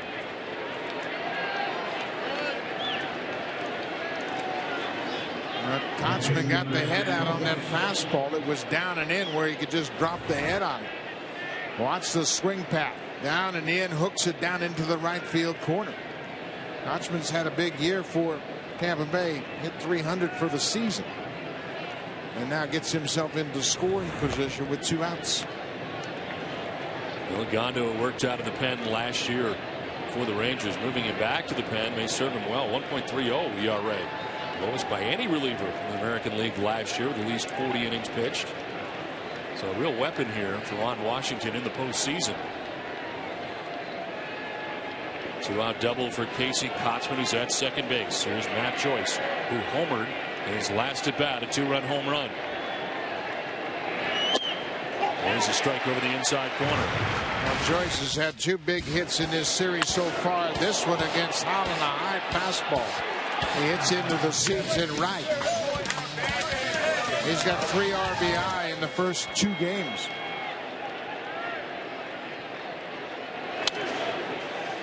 '98 and fouled off. Joyce is 2 for 2 in his career against Ogando, with a double and a couple RBIs. Down on the count, 0-2.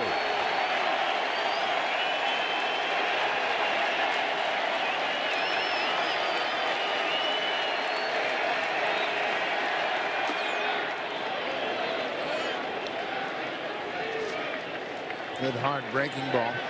And again, now he's got the background of being a starter. He wants to talk things over with Napoli, who called him out from behind the plate. He's got confidence in all of his pitches. He was a very successful starter. And now, coming out of the bullpen, you don't have to really think about setting up a hitter for 3rd and 4th at bat. Now it's a matter of just overpowering one time through.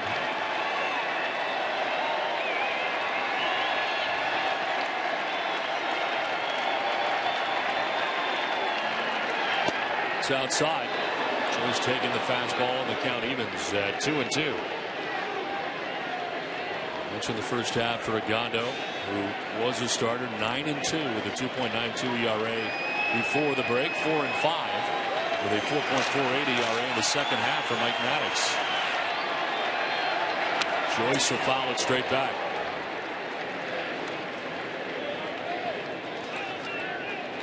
That might have been a changeup that stayed up. It was 83.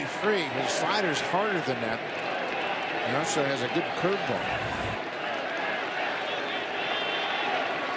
Just kind of stayed up in a very dangerous spot.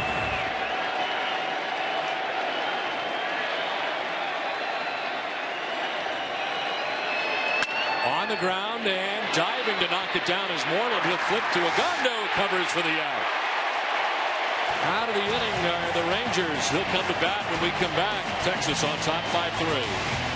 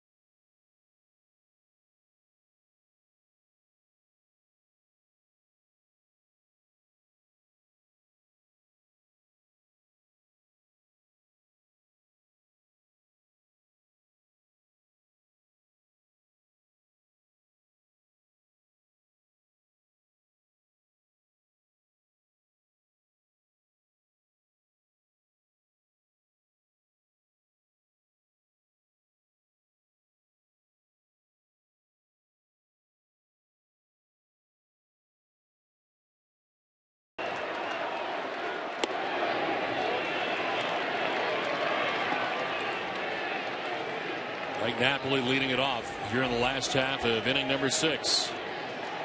Napoli 1 for 2. A big 2-run single in the 4th inning, part of the 5-run 4th inning. As John Jaso pinch hit for Kelly Shopik, takes over for him behind the dish. 1-1. James Shields into the 6th inning, dealing with 6, 7, and 8 for Texas in the inning. Napoli, Cruz, and Murphy scheduled. That's a strike. The only bad inning for Shields was that 4th inning, and it was bad enough. 5 runs given up by Shields. He had 2 batters through 2 wild pitches in that inning. It's on the ground up the middle into center field, and Mike Napoli collects his 2nd hit of the ball game.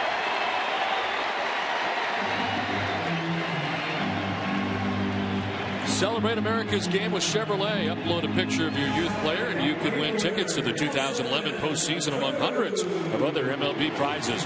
Be part of the Chevy Centennial Celebration and enter for a chance to win at ChevyBaseball.com. Lead runner on for the Texas Rangers for the 3rd time in 6 innings. Nelson Cruz has not had any success against James Shields tonight. Struck out in the 3rd and then again in the 4th inning. He is 0 for 5 so far in the postseason. So with a nice play to his right. We mentioned Cruz had a hamstring injury, and his timing isn't right just yet. Last year he had a terrific September and carried that momentum right into the postseason. Right now he's just trying to get his timing down.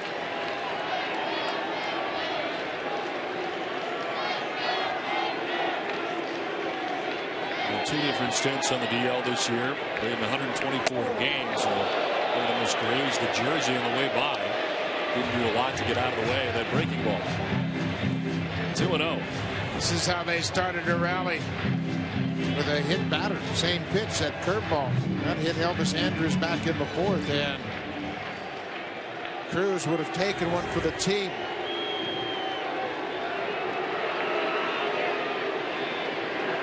Swing and a miss, 2-1. Talked about the injuries for Cruz, but 124 games due to 2 stints in the DL this year. Hamstring late in the year, missing nearly 3 weeks. The year before, in 2010, played only 108 games. Made 3 separate trips to the DL. 1 trip in 2009 to keep him on the field has been tough for Texas. Swing and a miss. 2-2. He's a big, heavy-legged guy, and he's had hamstring problems in the past. And you have to really allow a player a long time to make sure those legs are 100% when he returns. Line for Shields. Ready with his 95th pitch of the outing. And it's grounded foul outside the line at 3rd. When you think back to Texas's run last year in the postseason, and Cruz was a big part of it. 6 home runs, 11 RBIs in 16 playoff games last year. Hit 400 in the American League Division Series against these Rays a year ago.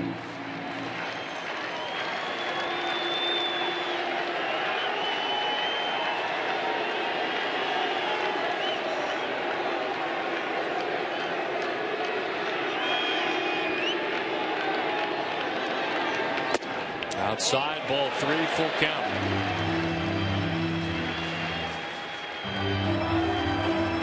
Double-barreled action for the Rays. Jake McGee, Mark Cruz up in the pen.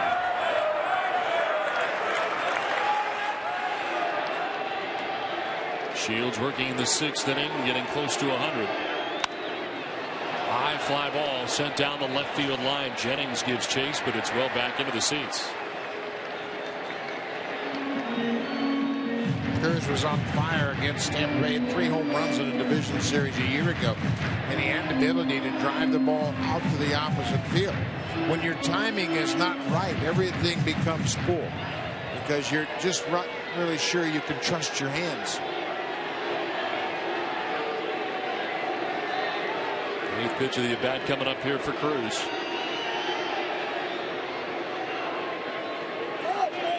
Time called as Shields is about to deal.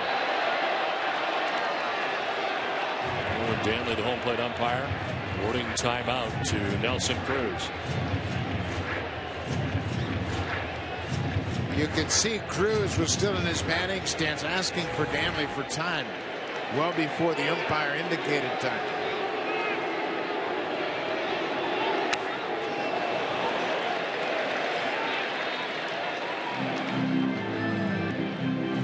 David Murphy waits on deck. Texas batting here in the bottom of the 6th inning with a 2-run lead.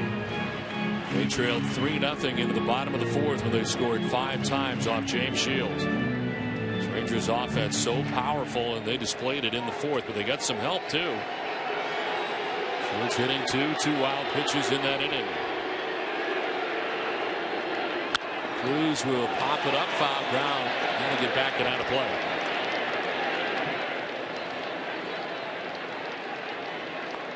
Joe Madden is looking at his lineup, talking it over with Jim Hickey, seeing where they're at. Dave Martinez, the bench coach, keeps the same lineup card as Joe Madden has. They look at the matchups, look at who's available. You see that lineup card sticking out of his back pocket. And Martinez has the same input as Joe Madden on who's available, when they make moves, and how they're going to match up. Cruz through the left side into left field, a base hit. Napoli will take second. Nelson Cruz had been 0 for 5 in the series, but he's got a base hit here. And the first 2 Texas Rangers have reached in the 6th inning. Joe Madden's got Jake McGee ready. Now he's talking to Tom Foley. Maybe about a defensive situation, but he's called for the left-hander Jake McGee to come in and face Murphy. Murphy's still in the game, and here comes the left-hander. So the Rays are headed to the pen with the Rangers on top 5-3.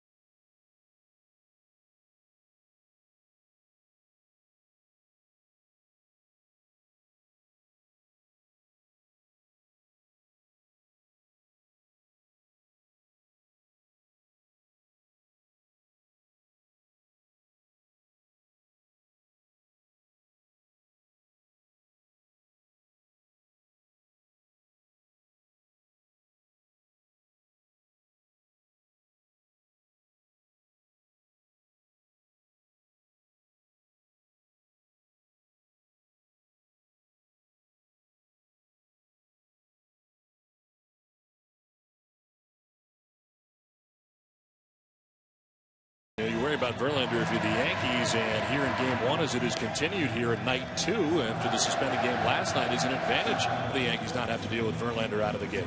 I don't think so, because Doug Fister's been just about as tough. Fister has 5 strikeouts and no walks in his outing so far tonight. And the one thing now is they're going to bring Verlander back on Monday. So Verlander is going to be more of a problem for the Yankees later in the series now, because they've got Doug Fister to back him up. Jake McGee, who's been so tough on lefties, 164 average for lefties, comes into the game 37 games during the regular season. the Rangers will counter with a move, as instead of David Murphy, it'll be Craig Gentry who got the start in the outfield in game 1. Both of these managers use their roster very effectively. As you mentioned, Gentry started, so this is not a big deal for him to come off the bench and pinch hit. 2 men on for Texas here in the bottom of the 6th inning. The responsibility of the departed starter, James Shields, who leaves after 5+ innings. Gentry shows bunt, pulls back, and takes a ball. Shields goes 5+, 8 hits. So far charged with 5 runs. Didn't walk anybody, struck out 6. Napoli is at second base, Cruz at first. Both of these teams defend the bunt very well because they use the bunt so frequently as an offense.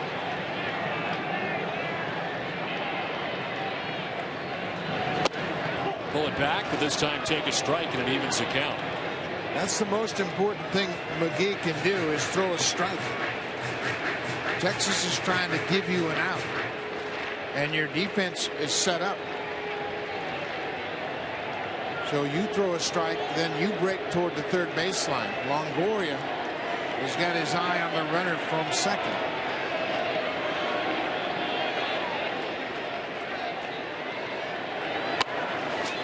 Gets it down. It's a fair ball. Kochman slipped but recovers and throws to first, and the sacrifice is complete. Napoli to third, Cruz to second with 1 down. That ball took a funny hop.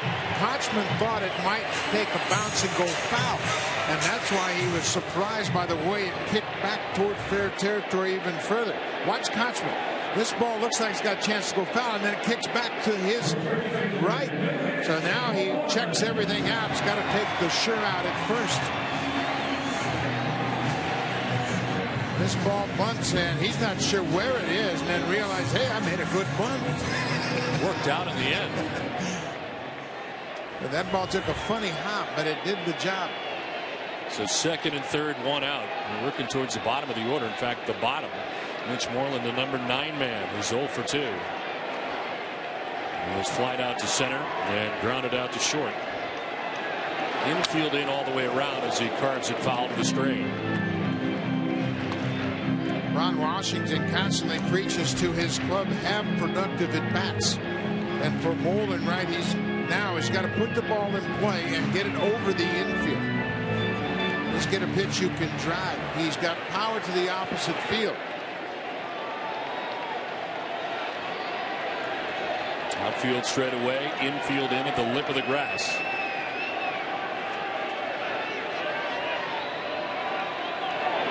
Moreland gets hit in the back. This will load the bases. Third hit batsman of the night.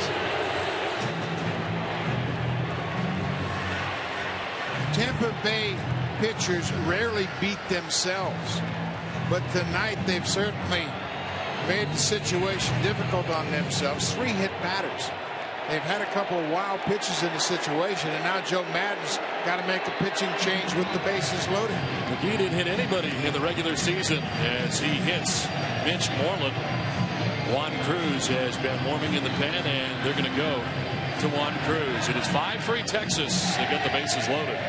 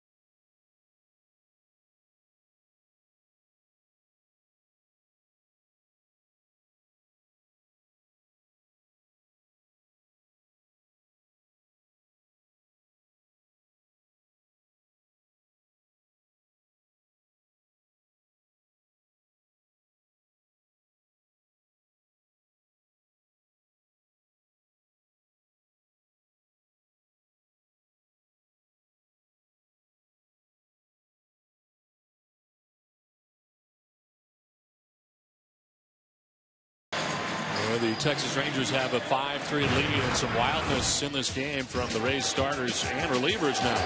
Yeah, the Rays normally don't make mistakes, but Shields hit 2 in that 5-run inning, and then Jake McGee coming into the ball game, and he was supposed to get the left-hander Mitch Moreland, but he hits him, and that was the end of his night.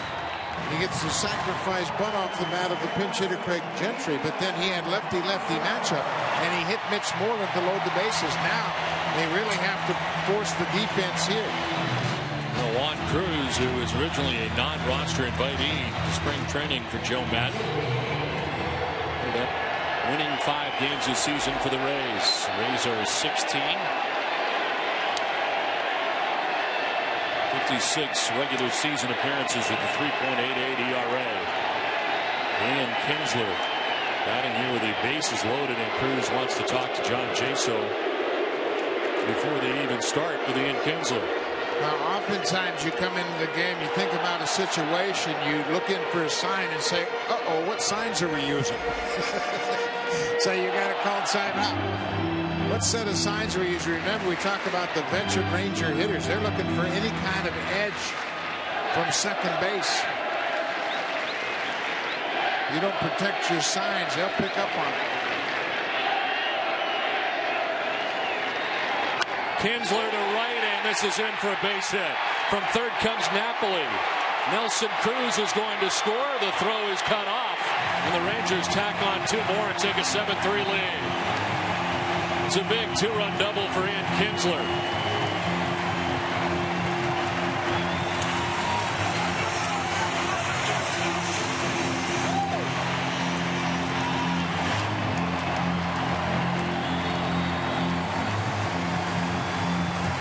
Kinsler's a very aggressive hitter, goes after the first pitch. It's a fastball, not trying to do too much with it, but shoots it down the right field line. Perfect situation for Kinsler with the bases loaded. He can hit it anywhere and pick up RBIs. Time called, asked for by the catcher Jaso. Awarded by Danley. It's his second and third scenario right now for the Rangers. With 1 out, Elvis Andrus. Infield in all the way around here for the Rangers. Outfield straight away. Both of these teams use the safety squeeze and the straight squeeze. Andrews is a terrific bunter. The 2 runs that have scored in this inning are charged to the starter, James Shields, who at 5+ is charged with 7 runs now. As Cruz and Jaso are having a hard time getting on the same page. As they still talk it over, home plate umpire Kerwin Danley started out to break up this conference. Remember, Jaso came into the game as a pinch hitter. He did not start this ball game. He pinch hit in the 6th inning. He's just freshly into the game, trying to catch up on the flow of this game.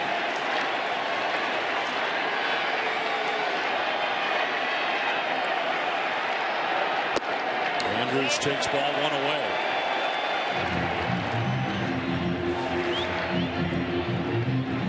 James Shields, who had a 2.2 earned run average during the regular season, gives up 7 runs in his 5+ innings here in Game 2 of the ALDS.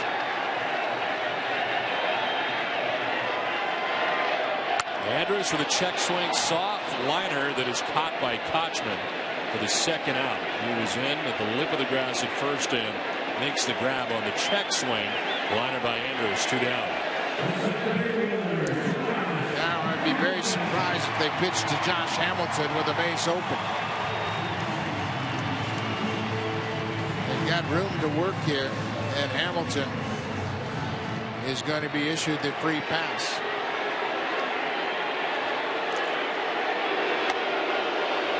This will be the first walk of the night given up by Rays pitching as a staff. And of course the intentional variety.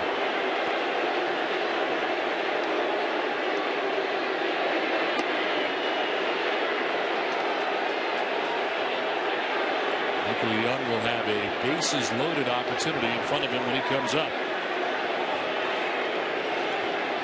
13th time that Hamilton has been put on intentionally, including the regular season. And Joe Madden just had to pick his poison, and he opted for Michael Young, the right-hander, just going with percentages.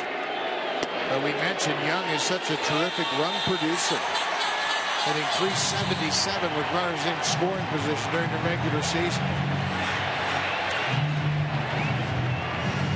And Young's just like Kinsler. He can hit any pitch anywhere, and he really spreads out the defense. He's already had a 2-hit night. After grounding out in the second, he singled in the fourth, singled in the fifth.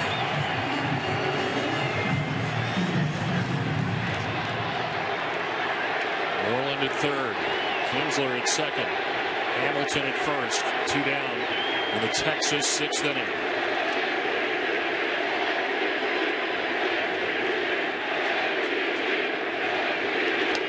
Here's strike one to Young.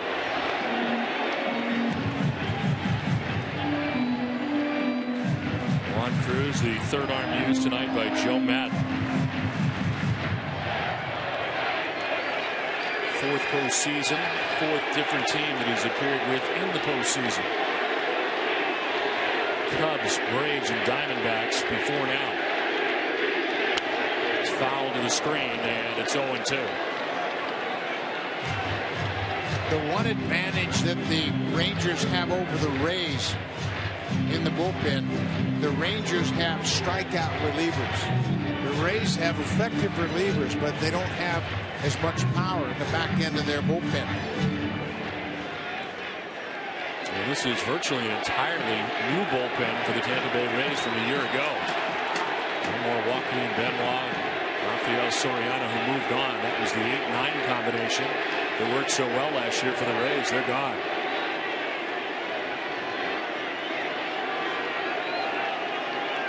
Young, the 8th batter of the inning for Texas. Fouled it off to the right, stays alive.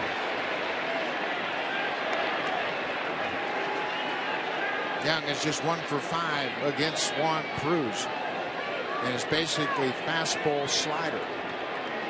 And Michael Young, I'm sure, feels that he can fight off the fastball inside and is concentrating on the breaking ball.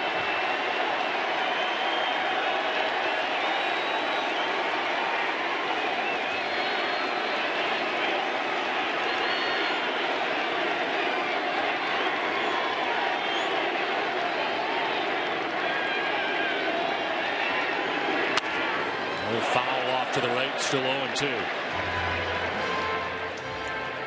Cruz just doesn't have enough fastball to overpower Young, so he can wait longer, and that gives him the ability to decide fastball, breaking ball.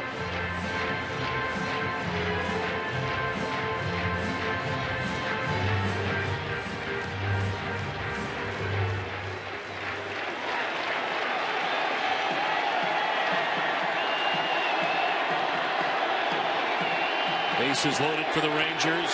The 0-2 low and away into the backhand goes John Jaso. The difference when Ron Washington went to his pen and called on Alexio Ganda, he was throwing 97-98. He's got the same kind of velocity later on with Neftali Police.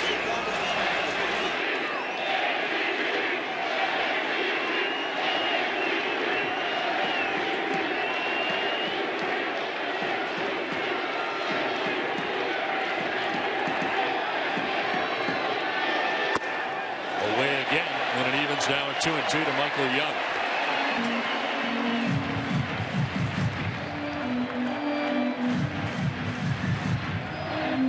Rangers scored 5 times in the fourth. They've scored twice here in the 6th inning.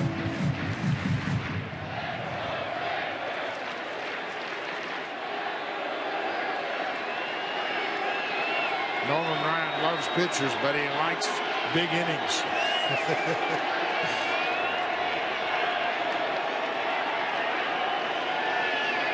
Young strikes out, and Cruz gets his man as Young is retired. The Rangers at 2 and lead it 7-3.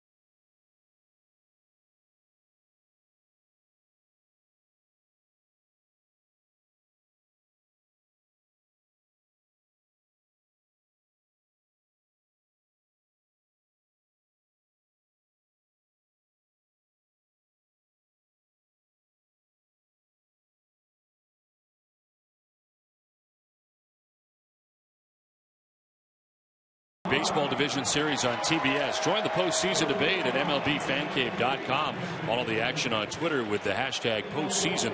Legends are born in October. Now it is the 7th inning as Juan Cruz able to strike out Michael Young with the bases loaded. As we play along to the 7th, Texas into the bullpen again. Koji Uehara, one of their pickups at the trade deadline, joining them and started the year, of course, with the Baltimore Orioles, finished the year with the Texas Rangers. Uehara is very effective. He throws a lot of strikes. He doesn't throw very hard. Rarely throws it over 90 miles an hour, but his location and command are outstanding. He came over on July 30th for Tommy Hunter, Chris Davis. And a 1.72 ERA with the Orioles at the time of the trade. Changes in the outfield. Hamilton moves from center to left. And into the game is Gentry as he had pinch hit for David Murphy.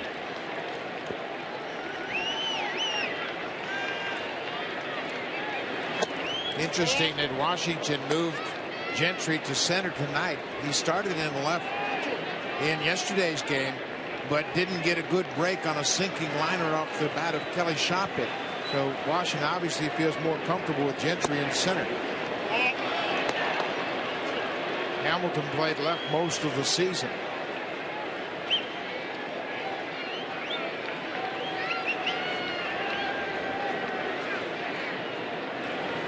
It's outside, and Jennings works a walk to begin the 7th inning. Desmond Jennings on for the 2nd time in the game, and it leads off the 7th. Uehara just never walks many people at all. He had a streak of 36 consecutive games without a walk between late 2010 into April of 2011 when he was with Baltimore.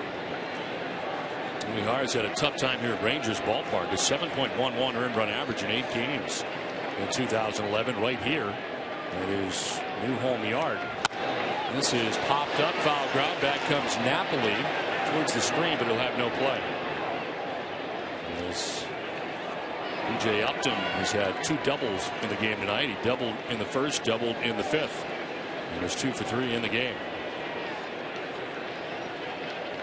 Tampa Bay very familiar with Uehara as he played for the Orioles, same division. So Upton's seen a lot of Uehara. Fastball, slider, and a very good split finger pitch.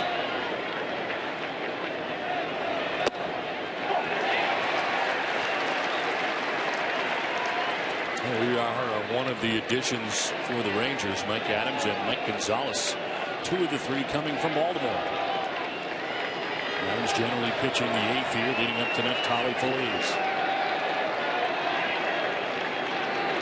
Upton to left field for a base hit. His 3rd hit of the night. Over to play it is Hamilton. The throw will go to second and keep the double play in order as Jennings takes 3rd, and it's 1st and 3rd with nobody out. So here come the Rays again in the 7th. In the big part of their order, that looked like a splitter that stayed inside and up, and Upton hammered it. Hamilton just moved to left, and he's got a terrific arm, so he's able to keep Upton from going to second.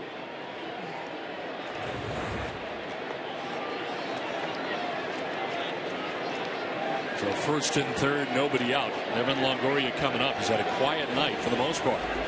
Walked in the 1st, struck out swinging in the 3rd, grounded out in the 5th. Swing and a miss at a pitch up. Uehara, as we mentioned, throws a lot of pitches up, but there's something about his delivery that he gets away with it, even though it's 89, 90 miles an hour. Not what you call an overpowering fastball. In the air to left center field for Longoria. Struck well. Gentry going back at the wall, and it's gone. 3-run home run for Evan Longoria to bring the Tampa Bay Rays back within a run. It's now 7-6 with 1 swing of the bat from Longoria.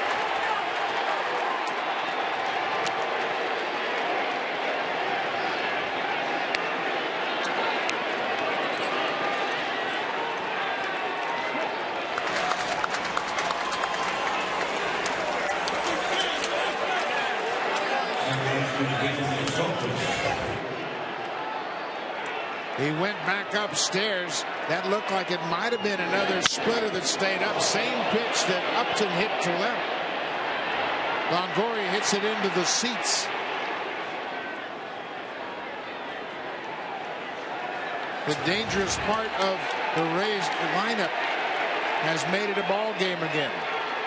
Uehara comes in, walks the batter, gives up a base hit, then a 3-run home run. And Ron Washington out to get him here in this top of the 7th inning. Evan Longoria hit the 3-run home run to make it 7-6 in the last regular season game for Tampa Bay. And of course, then the huge walk-off home run is homered here. Pitching change from Texas. The Rangers on top 7-6.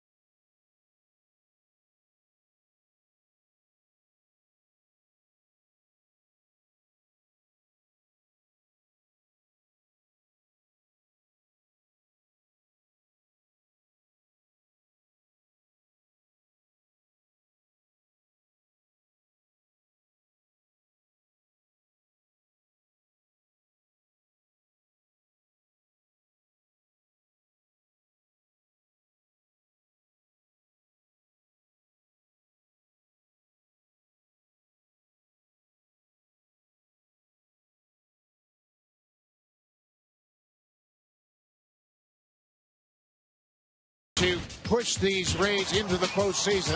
12th inning home run, a walk-off home run after he hit the 3-run homer early in that ball game. 2 big home runs in the final game of the regular season. Pushed the Rays into the postseason, and their best player got the biggest hit of the season.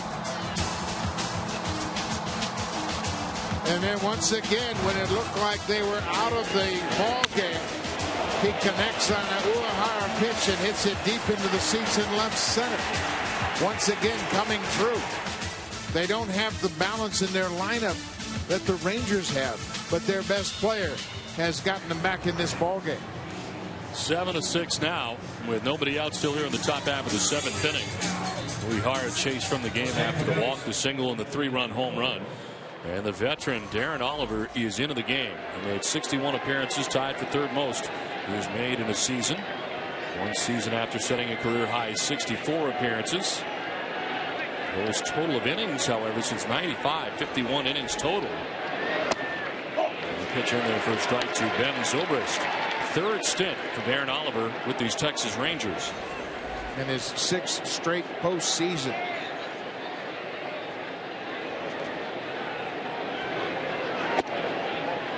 Curveballs, and it's a ball and a strike. Boy, what a player. Evan Longoria is 25 years old and has become very comfortable. Ball and 2 strikes to Ben Zobrist, who is 1 for 3 in the game. Reached an infield hit in the 5th. Mentioned these 6 straight appearances for Oliver. That's to postseason play. He was with the Mets. The playoffs, the Angels, 07-09 before appearing with the Rangers now in 2 straight seasons. We're in 8 games in the playoffs last year for Texas. Fly ball down the right field line, bending foul. Zobrist is a switch hitter, and Ron Washington wanted to have him hit against the lefties. He hits for a better average at 300 for the season, but he's got more pop from the left side. So in this 1-run game, they'll sacrifice and give up Zobrist's better average side to try to keep him in the ballpark. Well, the ALDS going on in 2 different places tonight in 2 spectacular games. One here in Arlington and one in the Bronx. The Yankees have a 2-1 lead. They're in the 6th inning against the Tigers, a game that was picked up tonight, suspended from last night. But we had 2 very good American League Division Series games going on at the same time.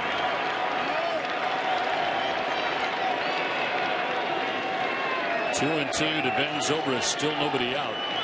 As the Rays bat in the 7th inning.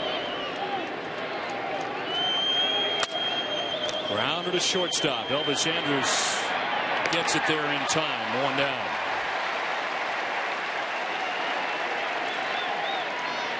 Oliver got that fastball in on the fist of Zobrist after he threw a couple of backdoor curveballs. Just enough fastball to jam Zobrist. 1 down in the 7th inning. Johnny Damon coming up. This packed house. Rangers ballpark in Arlington, which exploded in the 4th inning when the Rangers scored 5 times. They added 2 more in the 6th, but is relatively quiet now as the Tampa Bay Rays have been heard from here in the top of the 7th. Johnny Damon at .310 in his career against the veteran Darren Oliver. Fouls it off and is down 0-2. Well, they've both been around forever. I played with Darren Oliver's father, Bob, in 1969 in Kansas City. I'm not really that old, though. That'll miss. Bob Oliver was a good hitter, outfielder, first baseman, came through the Pirate system, played in Kansas City, Pittsburgh, and with the Angels. Darren Oliver has pitched for 8 different teams in his major league career. Mentioned his 3rd stint here with the Texas Rangers, but he's also been in St. Louis, Boston, Colorado, Florida, Houston, New York with the Mets, and LA with the Angels.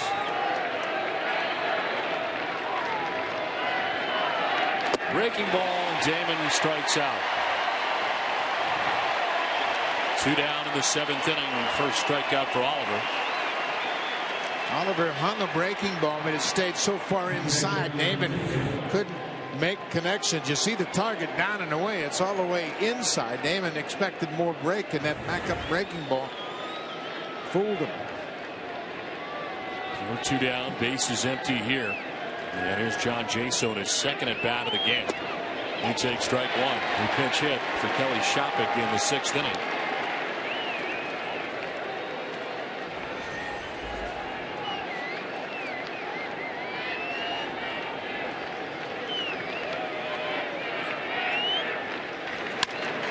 In the air towards left center field. Hamilton on the run will get there to make the catch that ends the top of the 7th inning. A productive inning for the Rays. Evan Longoria hits a 3-run home run, and it's a 1-run game now with Texas on top 7-6. We will keep it right here at Rangers Ballpark in Arlington as we play game 2 of the American League Division Series. Keep it right here at the ballpark for God Bless America. Joined with Major League Baseball, the Tampa Bay Rays and the Texas Rangers, as we pause to honor the men and women of our armed services both at home and around the world. Tonight we invite you to join in singing God Bless America with Jessica Bradbury. God bless America, land that I love. Stand beside her and guide her through the night with the light from above, from the mountains to the prairies, to the oceans white with foam. God bless America, my home, sweet home. God bless America, my home, sweet home.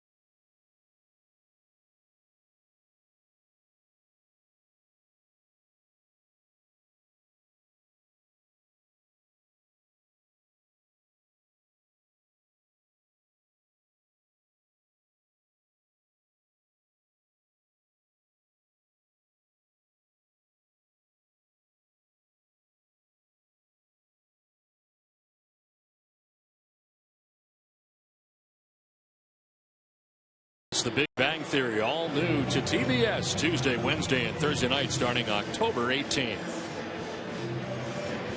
It's on to the last half of the 7th inning. We go in Texas. Brandon Gomes checks in for the Rays. Their 4th pitcher used of the night. Gomes, who started the season in the minors with AAA Durham, made his season debut May the 3rd. Adrian Beltre takes strike 1. Gomes worked in last night's game. You see his record for the season. He's appeared in 40 games. Did a good job for Joe Madden. They brought him along very slowly, and he certainly impressed them to the point where they trust him in these late inning situations. In the air to shallow right as Matt Joyce comes in. Out goes the second baseman Zobrist. Made the catch with his back to the plate for the first out of the 7th inning. And sent it to Atlanta for a game break in. Matt Weiner.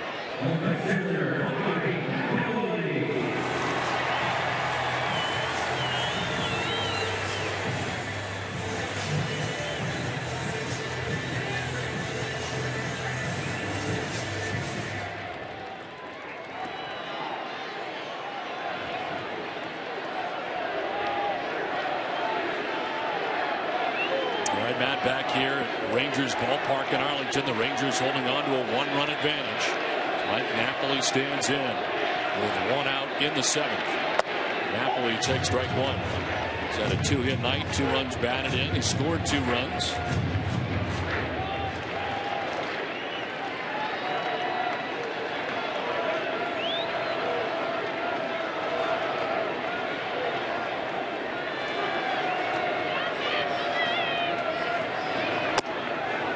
That'll miss. And it is 1-1.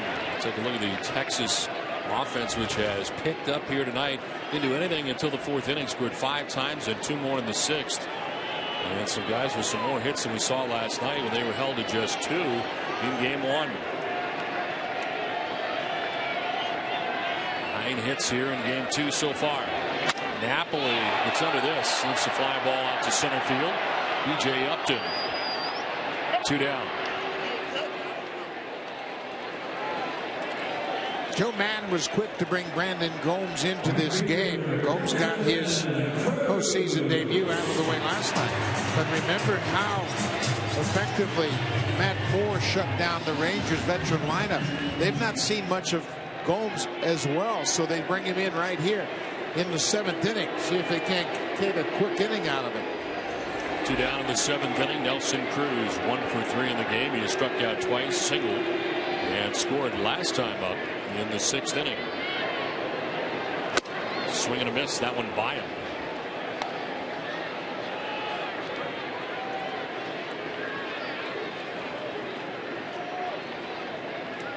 Brandon Gomes had 10 outings that were longer than an inning.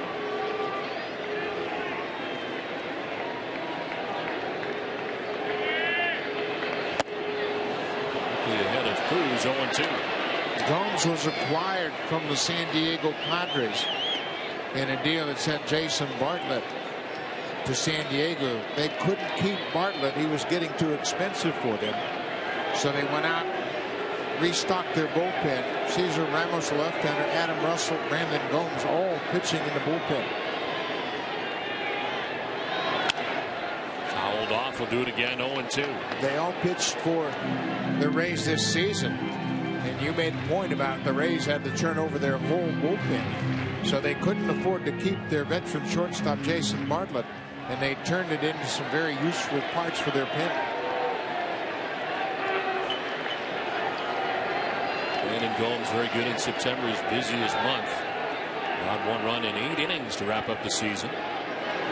Swing and a miss on a pitch in the dirt for Cruz. Got away briefly from Jaso. He's got to throw him out and does. And Brandon Gomes enjoys a 1-2-3 7th inning. 7-6 Texas.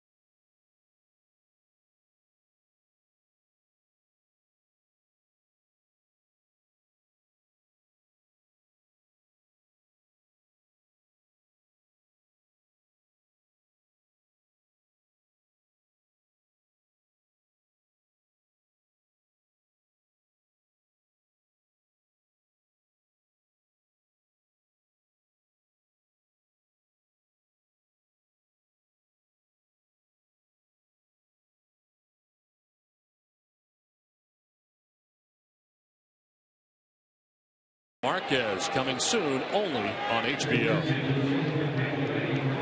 We play along to the 8th inning at Rangers Ballpark in Arlington.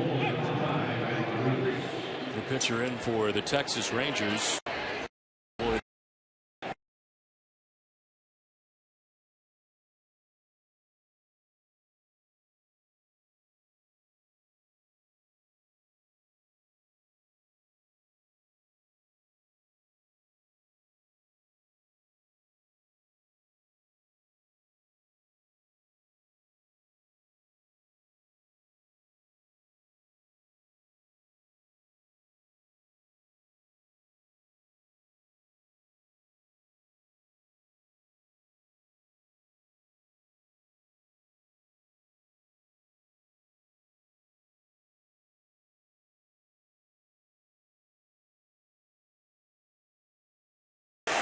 Catch for the first out.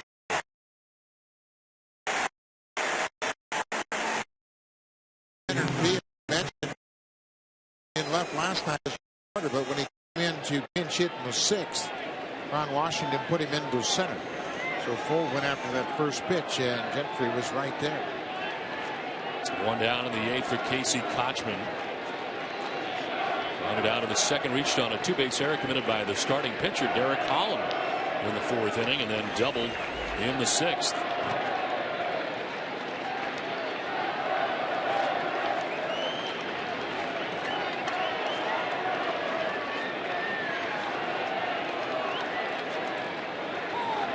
This has been the role since he was acquired for Mike Adams. Almost immediately, Ron Washington eyed him through the 8th inning. To give you an idea, made 27 appearances for the Rangers after the trade. He was in the 8th inning 23 of those 27 appearances. The bridge to Neftali Feliz. Pitches a strike. Now he's got a wicked slider, and he throws just about every pitch is a slider because he can handle lefties with it. He can handle righties. And you talk about a perfect 8th inning guy. You don't have to worry about who's coming up or if they do pinch hit. He's got a slider and a splitter, and that's about all he throws. Very effective. It's outside for ball 2 in the other American League Division Series tonight in the Bronx. The Yankees have a 4-1 lead now in the bottom of the 6th inning over the Tigers. There's that game on TBS. This is a 1-run affair here in Arlington, Texas, with 1 out in the 8th.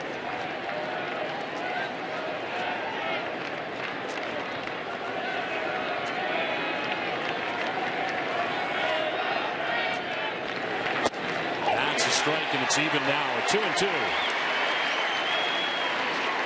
Uses that splitter very effectively and gets it in a great spot away from Kochman.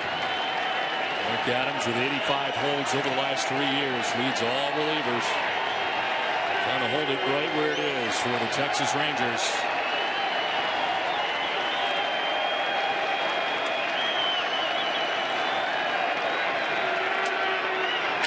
Kochman fouls it off, and we'll do it again. 2-2.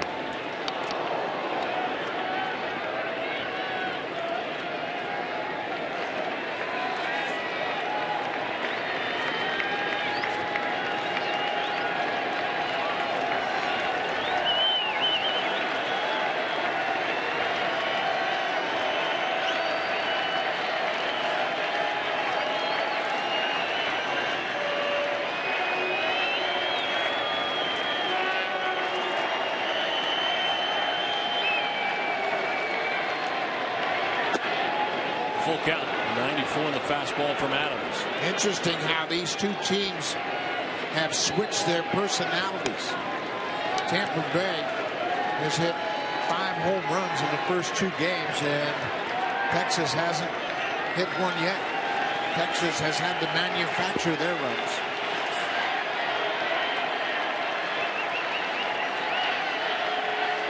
Texas second in home runs during the regular season, only behind New York in that category as a team. Kochman to right. This is driven deep. Cruz going back onto the track to make the catch. Kochman gives it a ride, but he's out number 2 of the 8th. Adams getting his first taste of the postseason. Started his career in the Milwaukee organization, made it to the Brewers in 2004. Missed the entire 2007 season with an injury. Had a knee injury. And then made his way to San Diego. Big part of their success a year ago in San Diego. Matt Joyce batting with 2 outs. Space is empty here in the 8th. Hit a 2-run home run in the 4th inning. Joyce hit 19 of them during the regular season, batting 9th in Game 2. It's a 2-run home run in the 4th inning. Off the starter, Derek Holland. And at the time gave the Rays a 3-0 lead. They trail now 7-6 as he bats with 2 outs in the 8th.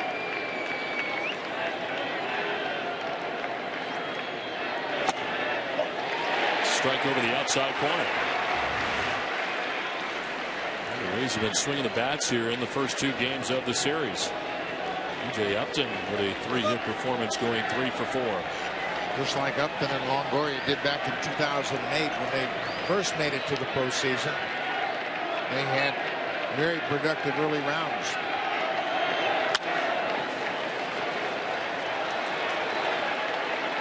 Ball and 2 strikes to Matt Joyce.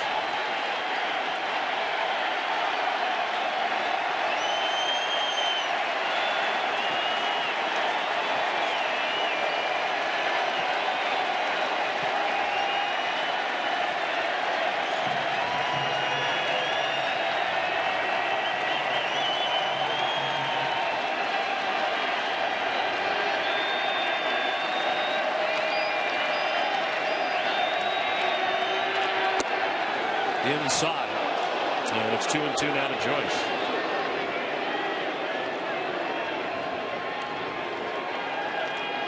Rangers pitching has retired the last 5 Tampa Bay Rays in a row. But still some tense moments here in a 1-run game late in this one.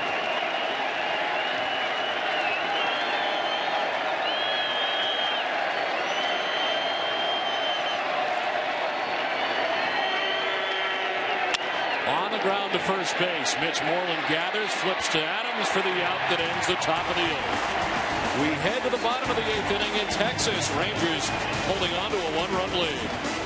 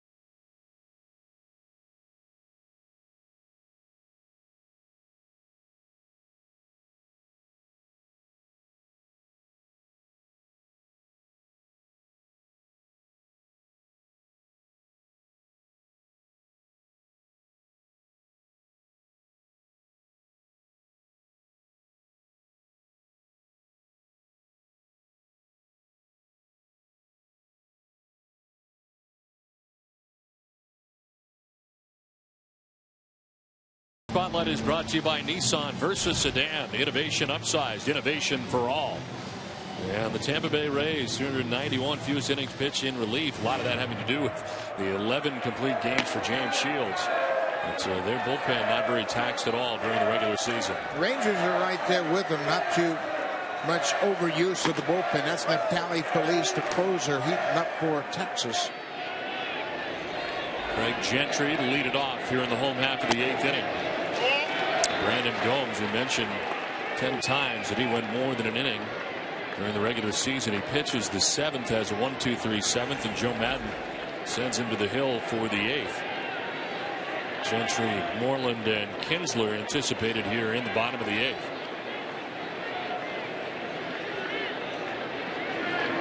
The bunt bid to third base, and Longoria throws on the run and in time.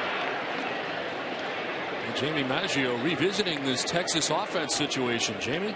Yeah, you know, we talked earlier about the Rangers' hitting philosophy, which focuses on generating productive at-bats. Well, the goal is 17 per game, and through 7 innings here tonight, by our math, the count is 16. So there's enough game left for them, certainly, to hit that magic number 17. Don, Buck, back to you.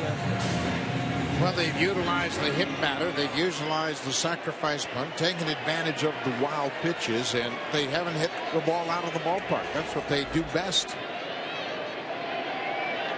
Mitch Moreland batting with 1 out in the 8th inning. He was hit by a pitch in the 6th inning. On the corner for the strike, as home plate umpire Kerwin Danley said it grabbed the corner.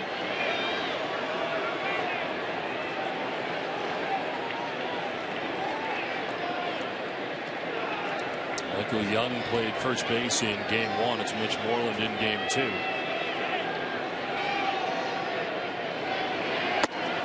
That's ball 1-1-1. We mentioned that the Ranger hitters don't have many at bats against Gomes. Moreland has just 1, but he hit a home run against him. You see him setting that split grip in his hand before he comes set.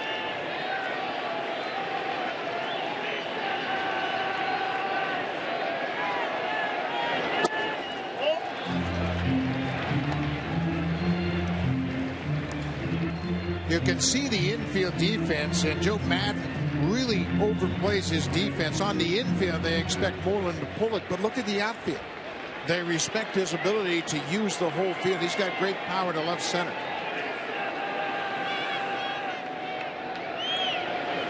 Moreland's got great power to right. High drive up towards the upper deck and gone.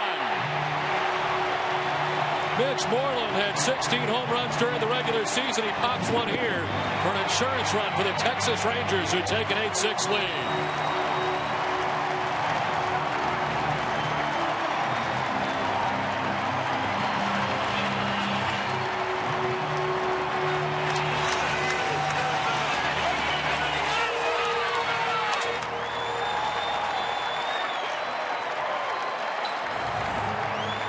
Mitch Moreland now 2 for 2 against Brandon Gomes, and Gomes knew this one's not going to stay in the yard. He's got 2 home runs in his only 2 at-bats against Brandon Gomes. Big insurance run for Texas.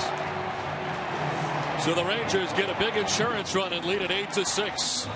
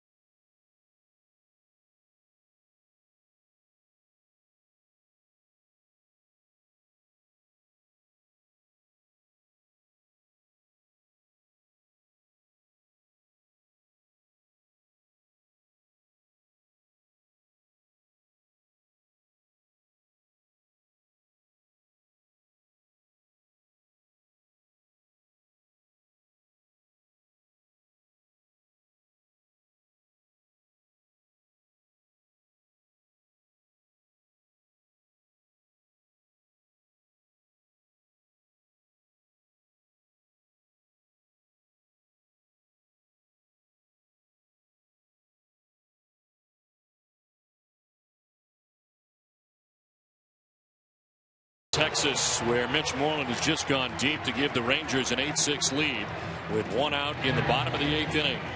Joel Peralta comes into the game now for the Tampa Bay Rays. The Rays closer while Kyle Farnsworth was out for 2 weeks in September. 4 saves, giving him 6 on the season, but primarily the 8th inning man for Joe Madden, who goes to him here now, trailing by 2 runs in the 8th inning. And the top of the Rangers order checking in, Ian Kinsler. He's had a 2-hit performance tonight, a single, a double, and he's driven in a pair of runs.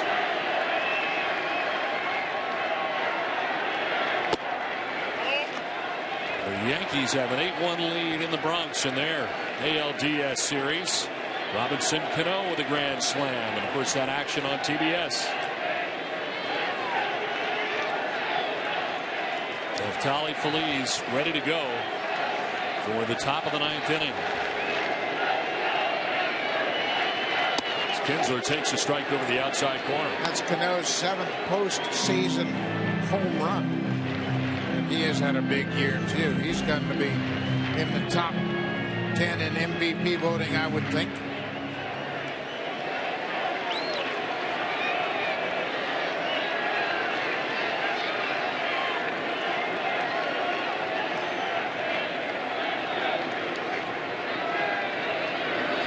Swinging a foul tip that time. All in 2 strikes. The Tampa Bay Rays will have the top of their order coming up in the top of the 9th inning. Desmond Jennings, B.J. Upton, Evan Longoria.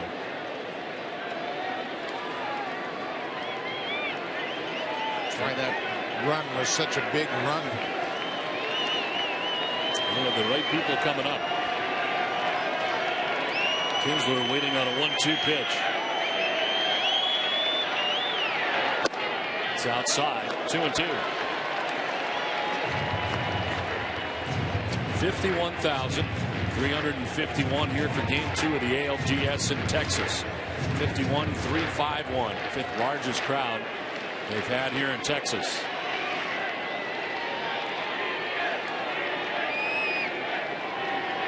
They're enjoying an 8-6 lead right now. Mitch Moreland's home run is giving them a 2-run pad. There's ball 3, full count. Peralta's now 35 years old. He's part of that totally revamped bullpen that Tampa Bay put together last year. Pitched very well for the Washington Nationals.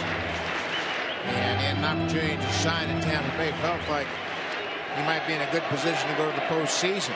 And it certainly has paid off for him. Rays are his 5th team in a 7-year career. Kansas City Royals, the only team that he's ever spent more than 1 season with. He's there 06 to 08 with Kansas City. Kinsler swings away and pops it up left side of the infield. Reed Brignac, the shortstop, makes the catch for the 2nd out. MLB Division Series coverage continues tomorrow. Game 2. The Tigers and Yankees on TNT at 3 p.m. Scherzer and Garcia. Game 2. Arizona against Milwaukee on TBS at 5 p.m. Hudson and Greinke. And St. Louis against Philadelphia on TBS at 8:30 tomorrow night Eastern Time. Carpenter and Lee. Coverage begins at 2:30 p.m. Eastern on TNT with MLB On Deck, presented by Chrysler. Big day of baseball tomorrow. Chris Carpenter's 7-2 in his career against the Phillies, and they need a big game from Carpenter. Elvis Andrus batting with 2 outs, base is empty. Takes a look at ball 1.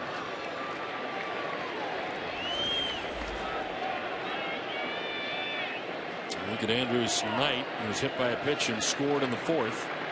And an 0-for-3 night and an 0-for-6 postseason so far for the Texas Rangers shortstop.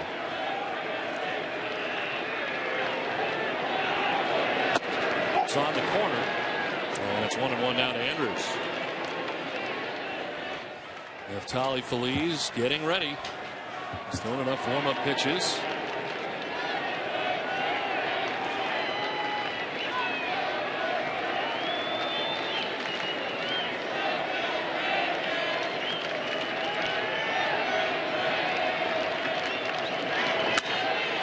In the air to shallow center field. Upton was deep, and he makes his way in.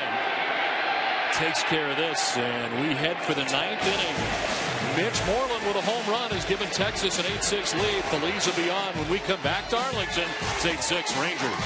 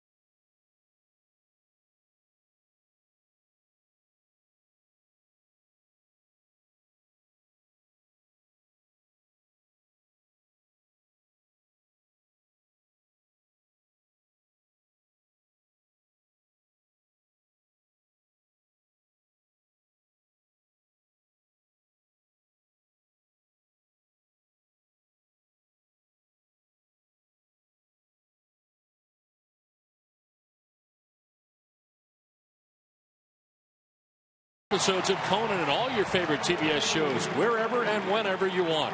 Download the free TBS app at tbs.com. Ninth inning from Arlington, Texas, as Neftali Feliz, the closer for the Texas Rangers, comes on. Feliz, 64 games during the regular season. Save opportunities was 32 out of 38. He converted his last 10 straight save opportunities. They had talked about during the offseason and in spring training even potentially moving him into the rotation after the departure of Cliff Lee to the Phillies, but he's been the closer all year. Desmond Jennings takes strike one. And you can see why. 98 miles an hour, first pitch of the ninth. He's got an overpowering fastball and pretty good secondary pitches as well. Jennings has been aboard twice tonight. That one to the backstop on the fly at 98. One thing Feliz has done is dominate these Tampa Bay Rays in 7 career games. They've hit it just 148 against him. In an 8 1/3 innings pitched, he's never given up a run.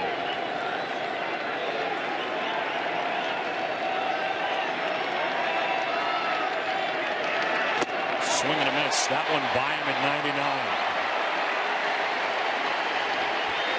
Short bursts of power this time of the year can overmatch teams in the postseason.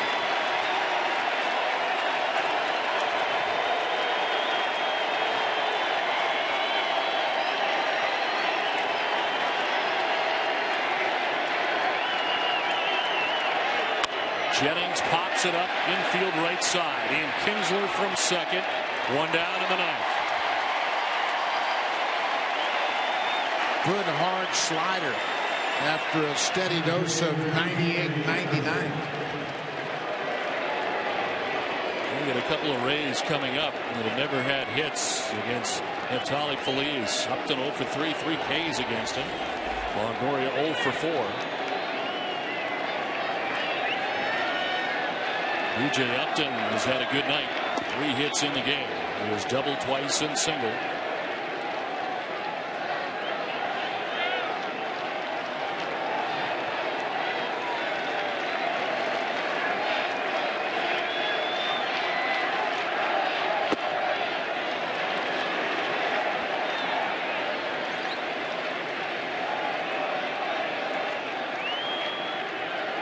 For B.J. Upton to go the other way. The center fielder Craig Gentry is into right center.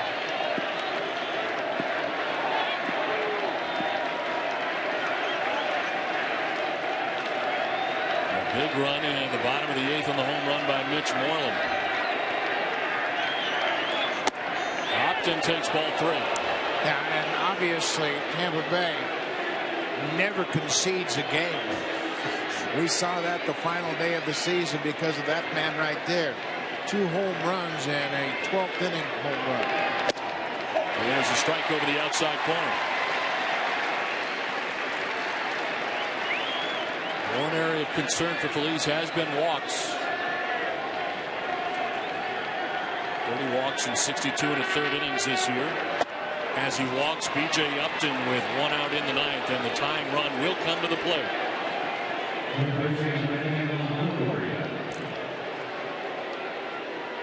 Last time he was up in the 7th inning with 2 on. It's a high pitch from Koji Uehara.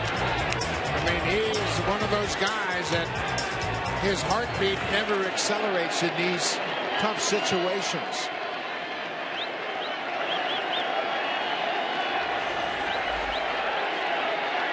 Against Feliz, never had a hit. 0 for 4. As he takes strike 1 over the outside corner.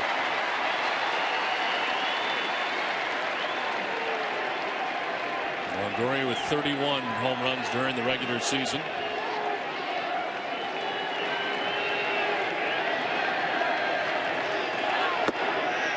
Too far outside this time, and it's 1-1.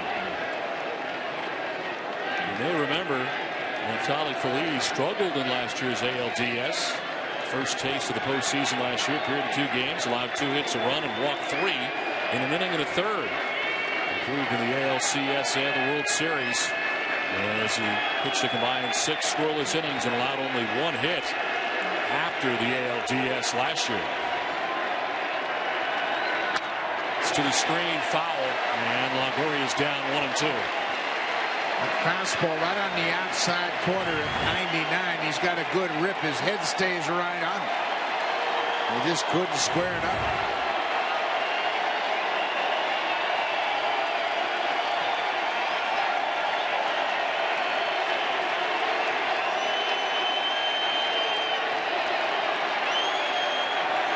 Longoria to center field, shallow at that, as Gentry's going to come in a lot, but he's there to make the catch. 2 down in the 9th.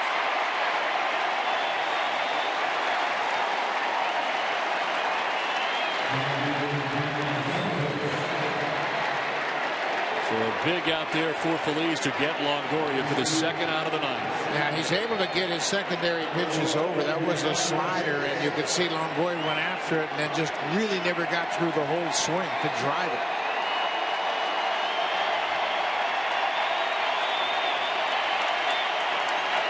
Ben Zobrist with 2 outs and a runner on.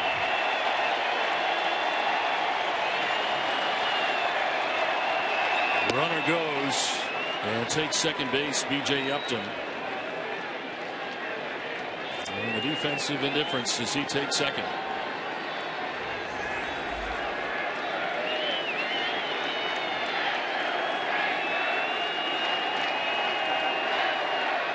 Zobrist hits it in the air to right field, playable for Nelson Cruz. He's under it. The Texas Rangers have tied this series at 1 game apiece. They went 8-6, beating Tampa Bay, and finally had a good offensive night here. A little bit of relief for Ron Washington and the Rangers, who were stymied completely in game 1. And the big 5-run 4th inning here in game 2, and add on to it later on. It is a 10-hit attack as the Rangers take game 2, 8-6. How about this? This is the first time the home team has won in this division series between these 2 teams the last 2 seasons. But Mitch Moreland, an insurance home run. Michael Young. That inning was really interesting back in the 4th. They had 2 hit batters, a couple of walks. They got 5 runs on 3 hits, and Derek Holland picks up a win, his first start in the postseason. Mike Napoli got him settled. They were able to massage 5 innings out of Holland, and then the bullpen took over. Longoria made it interesting with his 3-run home run, but in the end, it was the power of Neftali Feliz that closed things out. A very tough outing tonight for James Shields. Really don't expect that, but he had one. 5+ innings and 7 runs in this outing tonight, starting for the Rays, who had taken game 1 behind a spectacular pitching performance from Matt Moore. So it is a save for Feliz, who comes in to shut it down. And the Texas Rangers fans can leave Rangers Ballpark happy tonight as they are able to secure the 2nd game of this series and head to Tampa Bay to get ready at Tropicana Field for the 3rd game. Happy Nolan Ryan as we send it down to Jamie Maggio. All right, guys, thank you. Standing here with Mitch Moreland. You know, you guys went 12 innings in this series without a run. All that changed tonight in the 4th inning. How'd you do it? It was big. You know, we went up there and kept grinding out at bats and getting guys on base and trying to put pressure on them. And finally, you know, we were able to break through and get a couple across and kind of set the pace for the game for us. And your home run in the 8th inning there gave a nice 2-run cushion, a little bit of breathing room for the Rangers. How important is it to get the win tonight before you guys take off and head to St. Petersburg? It's very important, you know, to go in there.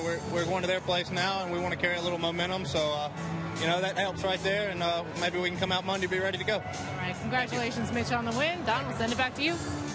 All right, Jamie, thanks very much as the Texas Rangers win at home and win by a final of 8-6. Texas ties the series at 1. For Buck Martinez, Jamie Maggio, and the rest of the crew, I'm Don Orsillo saying good night from Arlington. Head over to TBS now to catch the conclusion of the Tigers-Yankees game from the Bronx. They're playing game 1, and it's on TBS. TBS is your exclusive home for the entire Division Series and the National League Championship Series. This series is tied at 1. Good night from Texas.